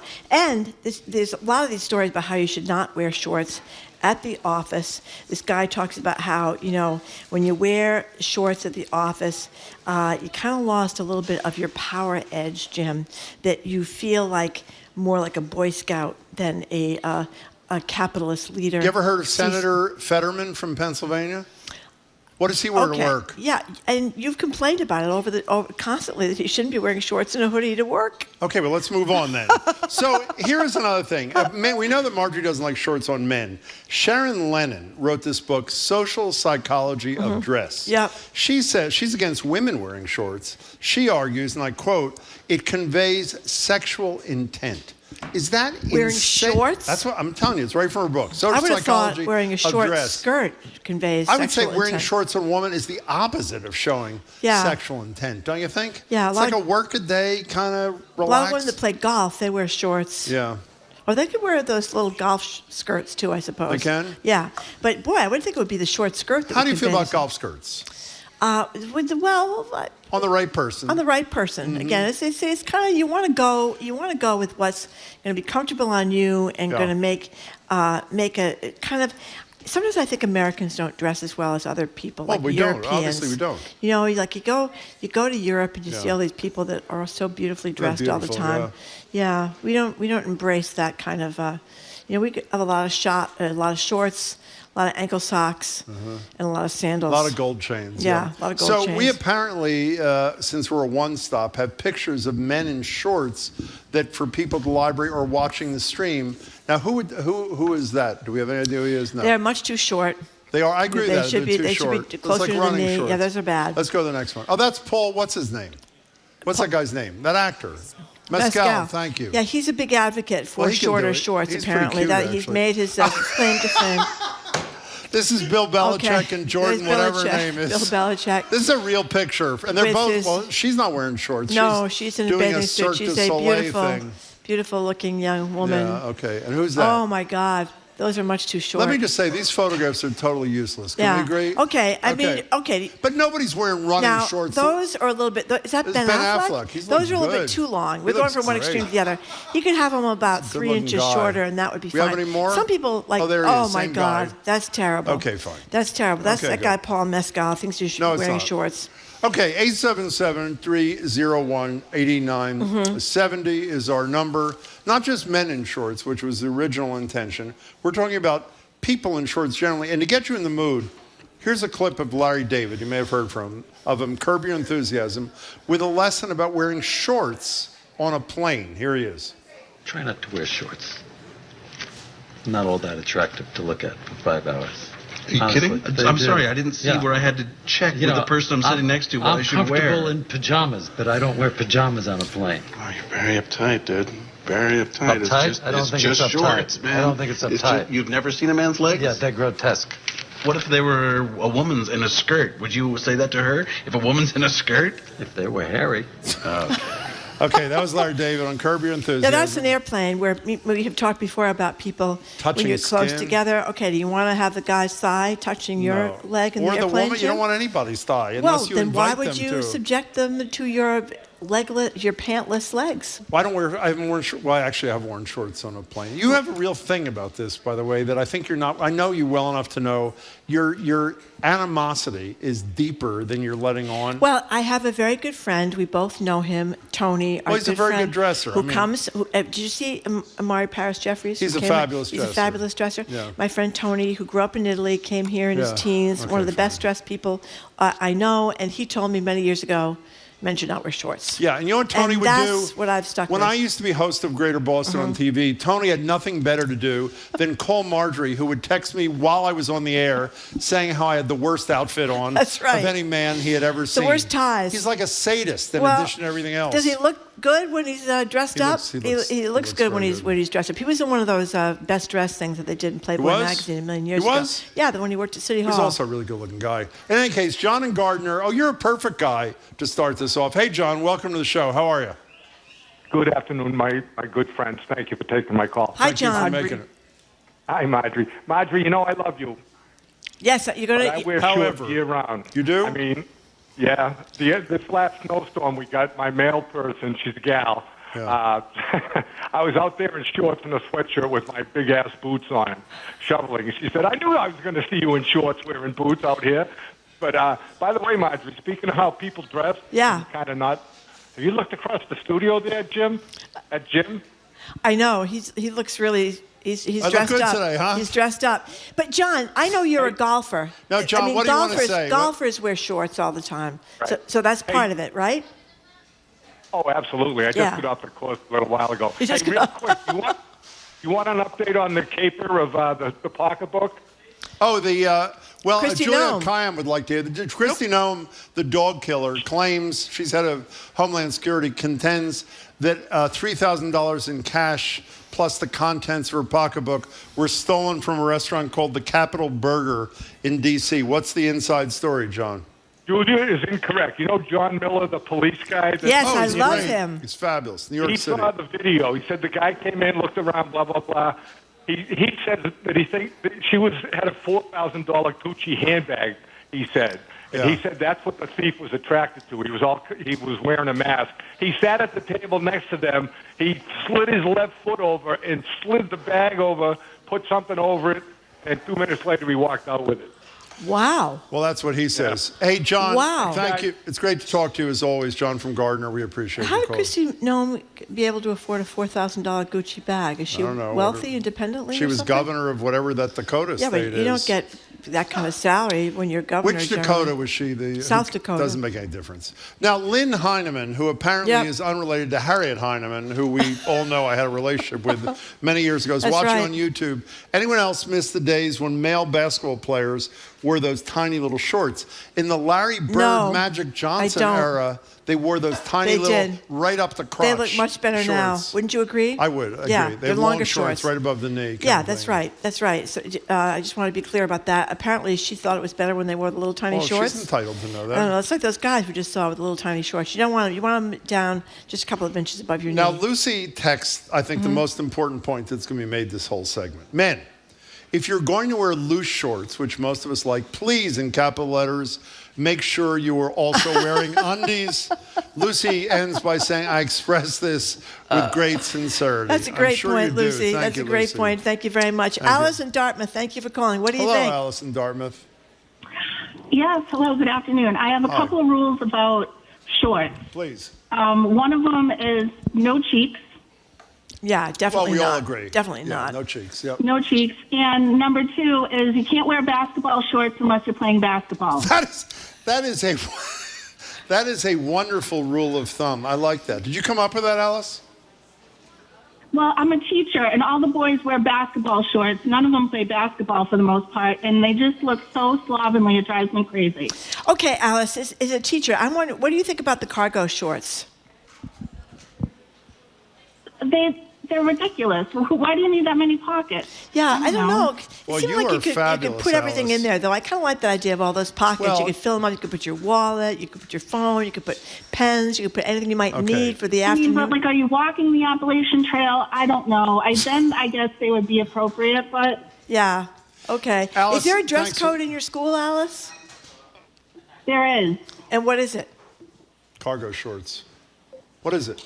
Shorts are allowed as long as when your arms are down, your fingertips touch the hem. It can't be. Oh, it can't my be God. shorter than where your fingertips go. That used to be the rule years ago in schools for girls' shorts. Yeah. Oh, shorts. Skirts, rather. Skirts, yeah. Girls' skirts. They couldn't be below. You had to go in the office and stand there with your hands by your side and see if your skirt was short enough. Wow, I didn't realize that. That's pretty good. Alice, well, that was great. I teach in your hometown of Fall River. Oh, you do? Which school do you teach at? I teach at the vocational high school, Diamond. Oh, Diamond. That's a great school. We need more Diamond vocational schools. That is a great school. I concur. Yeah, kids Alice, get out of there. They have thank a great education. We need more vocational schools, We Jim. do. Yeah, Now, we absolutely do. I would like to add two short stories stories. One, my kid's teacher at Cambridge Port School. Yes. That was 4 to 8. Fred Park was the National Teacher of the Year, picked by Bill Clinton. He got to go to the State of the Union, that sort of thing. Fred Park, what did he wear 365 days a year, like Frank Santorelli? That's one. Two. Why did he do that? Because he felt free and... But your legs would be cold in shorts in the wintertime. He felt free, is what I Okay, could... felt free. Secondly, as you know, I was the second lead in Cowboy on Over the Moon. That's right. Not Over the Moon, On the Moon. Oh, Cowboy on the Moon. On the Moon, when I was Were you at the a cowboy friend's school. or were you the moon? I was... That's very funny. Now, my point is this. I lost the lead every year in that play to Edward Mervis. Oh, I'm sorry. Remember Edward Mervis? No, I don't. Let me tell you one thing about Edward Mervis that nobody forgot. Yeah. Every day this little punk came to school with a sport jacket on. Oh. Well, actually, we had to wear a sport jacket. It was a friend's school. And you only wore on the bottom half of himself? Shorts. Shorts. Yeah. How grotesque is that? Would you have given him the lead? But that's that little preppy school look, the little boys. They I wear went to the shorts. same preppy school for 4 years. I didn't wear shorts. Well, okay, some boys do. You see pictures of them boys in little jackets and the little shorts. Little jackets. Khaki shorts, right? Little khaki shorts. And they're not too short. No. Yeah, they're not too short. Yeah. I've heard of people, Oh, let's hear this. Whenever you stop mid-sentence, no, I was it's just going to be thinking, the best I've heard people part of the whole show. People wear shorts golfing. They do. And at some of these fancy dancy golf courses, They don't allow it. You can't have shorts that are too short. They better be, down. How do they determine that? They look at you, and if your shorts are too short, they get the big hook, you're out. You know what they do at those clubs? Make sure you're wearing undies like Lucy wanted to. That's right. Paula, you're in Cambridge. You're on Boston Public Radio with Marjorie Egan and me, Jim Browdy. Hi. Hi there. And so to you. I'm surprised it hasn't come up yet. What is it? Cargo shorts. That has. Cargo So shorts. Unless you're actually carrying cargo. No. Well, Paula. Slumpy pockets. Don't go away, Paula, because I want to take exactly the opposite position. There was a story in the Globe a few years ago. Marty Walsh, when he was mayor, did he wear cargo shorts to a parade?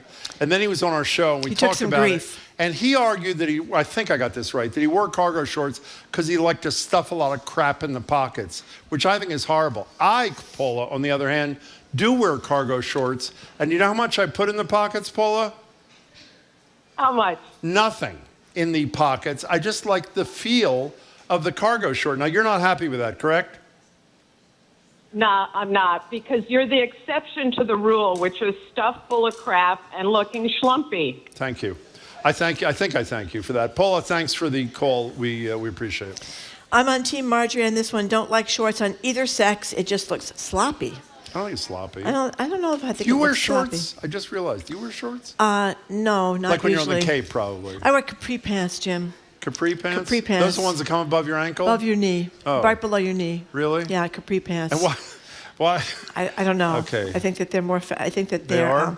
Knees are a tricky situation. First of all, They Jim. are Very tricky. Okay, good. Absolutely. Let's go to Hope and Brighton. You're on with Marjorie. We should ask Rick Steves. That's a good point. What about it? What he thinks about cargo shorts. We feel like it's a staple look. We have to get Rick Steves back on to talk about Americans traveling. When is he on that? When's Rick Steves on? We don't know. Yeah. In any case, when he wears cargos, but he's traveling there. You got a lot of stuff to put in your pocket when you're traveling. Yeah. Hope and Brighton. What do you think? Yeah. Hello, Hope. Hello, long-time listener, second-time caller. We love that. Thank you. Thank you very much.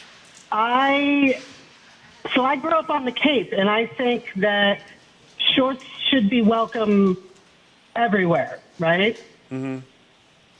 That's it? Why do you think that? No, I'm not done. Oh, good. I'm glad to hear that. Why?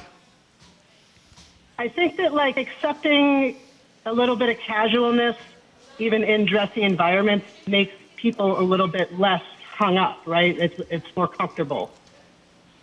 Well, then let's give you the obvious example that I cited a minute ago.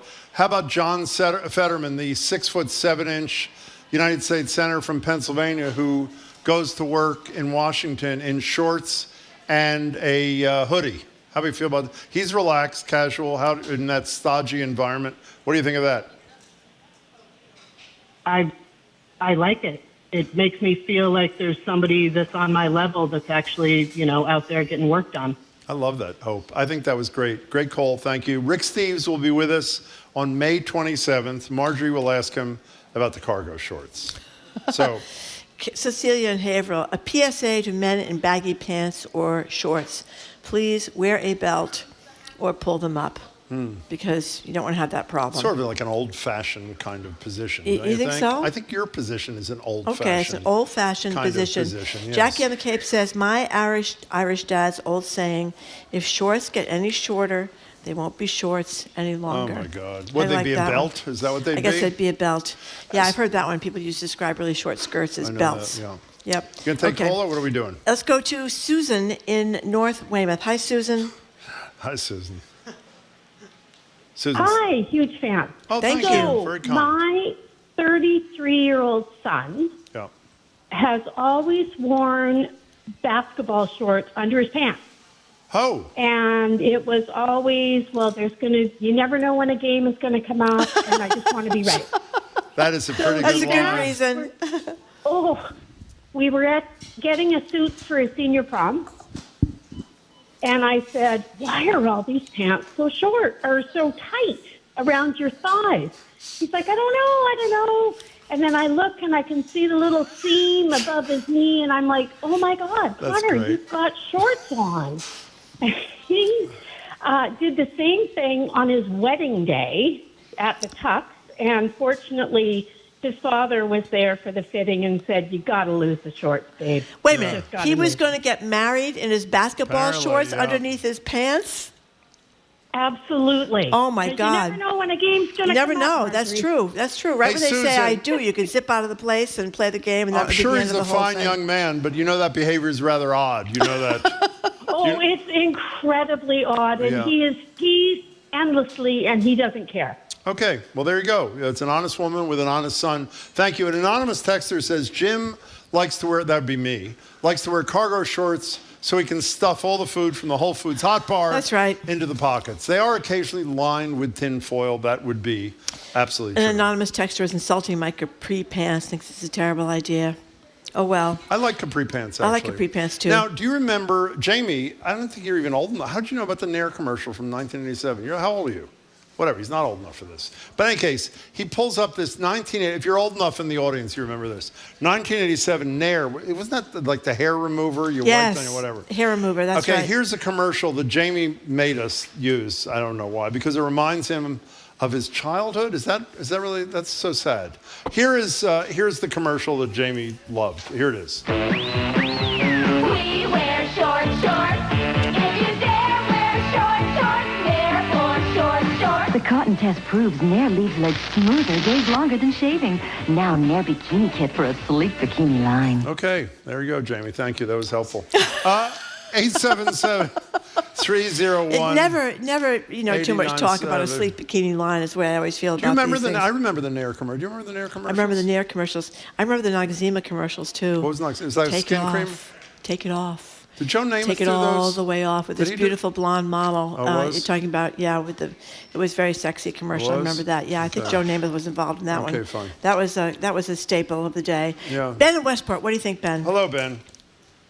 I'll tell you about this. This is Ben, formerly from Groton, and then from Hingham, and now Westport. That's Okay. fabulous to Westport hear. is Go a ahead. beautiful place. Go ahead. What's up? The thing about the shorts is, first of all, Oh. This is not going well, Yeah. Ben. Shorts that go down halfway to your ankle. Ben, here's what we're going to do. We're going to put you on hold because the connection's bad. We'll take another caller. You'll walk around your house or whatever you're doing, and we'll get back to you and hope it works better. So don't go away. We'll put you on hold. Let's go to Carolyn Saugus. Hi, Carolyn Saugus. Welcome. Hi, how are you? Excellent. Fine, thank you. Thank you. You sound very serious about Number this, Carol. one, the Joe Namath commercial, Farrah Fawcett was the blonde. Oh, my God. Was she really? I didn't know that. Wow, that's a great little factor. Yeah. Oh, Thank my you. gosh. So then as far as shorts go, if you look at the catalog, they have 5, 7, and 9 inch length of the leg. A 7 and 9 inch short or 9 inch is fine. You shouldn't have shorts that show your butt. And if you're a guy, wear them so your underwear doesn't show up on top. And my other point, which makes me crazy because this is warm weather, anybody, especially men, if you're wearing tank tops or sleeveless tops, shave your armpits. Oh, that's another topic for another day. That's an excellent topic, Carol. We'll discuss armpit shaving at an appropriate time in the future, so we hope you keep listening to the show. I'm just looking up the Noxzema Thanks, ads, and it's true. The first major Super Bowl ad for Noxzema, titled "Cream Your Face," featured an unknown Farrah Fawcett Wow, that's pretty and incredible. Joe Namath, the football star. That's incredible. And that was the take it off, take it off, take it all remember off. that. It was a very provocative ad. It was very, very shocking for provocative. the day. You want to do Ben in We'll Westport try again? Ben in Westport again. Hi, Ben. Hello, Ben. How are you? Is this better? This is hopeless, but give it a go. We'll do the best we can. Make it brief so we don't. Yeah. The thing about shorts being halfway down to the ankles. Yeah. The reason for that is because your average guy in today's world really in lousy shape, and they have to cover everything up. I kind of resent that because people who take care of themselves do not have to wear these leggings. Well, I have to say, I didn't understand a word you said except you resent that, which we appreciate. Ben, it's not your fault. The connection is bad, so we'll try you again next time. Thank you for the call. Anything more you want to say? No, I was just looking at the young Joe Namath and the young Farrah Fawcett He was ad. pretty good looking, He was and she pretty was good pretty good looking, looking. and he was very happy to have his face shaved and the Noxzema applied by Farrah Fawcett, needless to say. Martin in Dorchester says, if you want to see more men wearing Paul Mescal's tiny shorts, go to Dorchester on a summer evening. You will see plenty blindingly pale Irish thighs. We were with a ton of Irish guys and women last night in Dorchester. Yeah, I don't see anybody in shorts. I don't think we saw No one had any anybody shorts in on, shorts. Jim. No, that we did Yeah, not. they didn't. They Kathy, wouldn't come out to a nice event like that in their shorts. It was a great event. It was for Brendan Hughes, the Divine Yes. Intervention. Oh, Divine from Intervention, the yesterday. podcast. We talked about it yesterday. It Fabulous. is a great podcast about the anti-war movement here in Boston during Vietnam, involving a lot of priests and nuns, very, very ballsy ones, basically, who went to jail and risked going to jail to fight against the Vietnam War. It was pretty neat stuff. It's a beautiful story. Episode 7 was dropped yesterday. 3 more to go. Divine Intervention. There are a lot of divine interventions, so check out Brendan Hughes and Divine Intervention. Is Jared there, or what's the deal?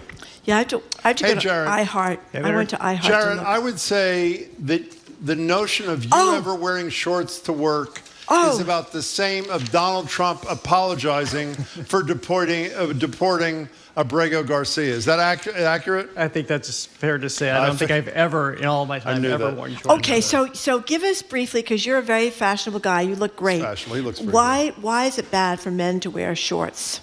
Well, unless they're on the golf course or some very sporting kind of thing. Right. Every wardrobe has its place, and I think that shorts are just not appropriate for work, especially since they're frequently accompanied by cargo pockets and all manner of things that we don't necessarily need to see. Wow. No, it There you depends, go. it depends on your job. There you go. You see this? This is a man who looks gorgeous all the time. Looks pretty good. And I think if we ask him, Mary Paris Jeffries, next time he's on, you should ask him too, because he always looks gorgeous every time he comes on. And our mutual friend Tony always dressed up. Okay. These are men that would never wear shorts in an inappropriate setting. Most people with whom we speak consider me a fashion icon. And I'm sorry, Jared, I'm speaking. And I wear shorts quite regularly. Work. Jared, what are you doing on that show of yours in exactly 4 minutes? We have a big get. I'm very excited about this. Devo is on the show. Oh, wow. They are in town, coming to town soon for a concert celebrating their more than 50 years making music and de-evolution and looking at just everything they've done in rock to move the form forward. All the people they've inspired, from Mick Jagger to David Bowie. Yeah, I'm so excited to speak with them. And then we're going to be speaking with Alan Michelson, who is the first artist commissioned to design statues for the plinths outside of the Museum of Fine Arts. His are called the Knowledge Keepers. He has Indigenous heritage, and he is addressing the statue in front of the Museum of Fine Arts, so we'll talk about that. And then we'll look at a recent restoration effort at the Old North Church. Well, you got a lot today. Great. It's going to be a great show today, Jared. We are looking forward to it. We'll be listening. Congratulations. And we're fully dressed doing it. Fully dressed, absolutely. I think we can all agree that if Jared says you shouldn't wear shorts, Jim, end of discussion.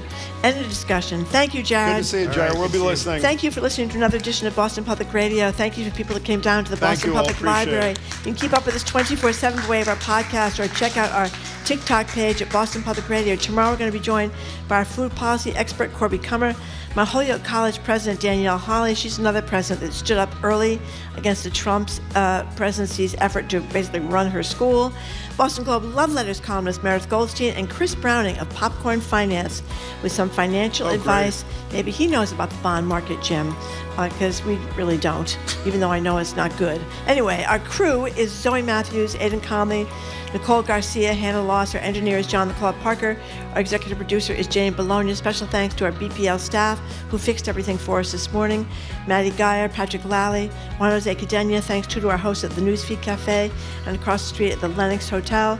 Jared Bowen and the Culture Show comes on right after us, immediately after us here on 89.7 GBH. I am Marjorie Egan. I am Jim Browdy. Thanks again for tuning in today. Hope you can tune in tomorrow and enjoy this lovely afternoon.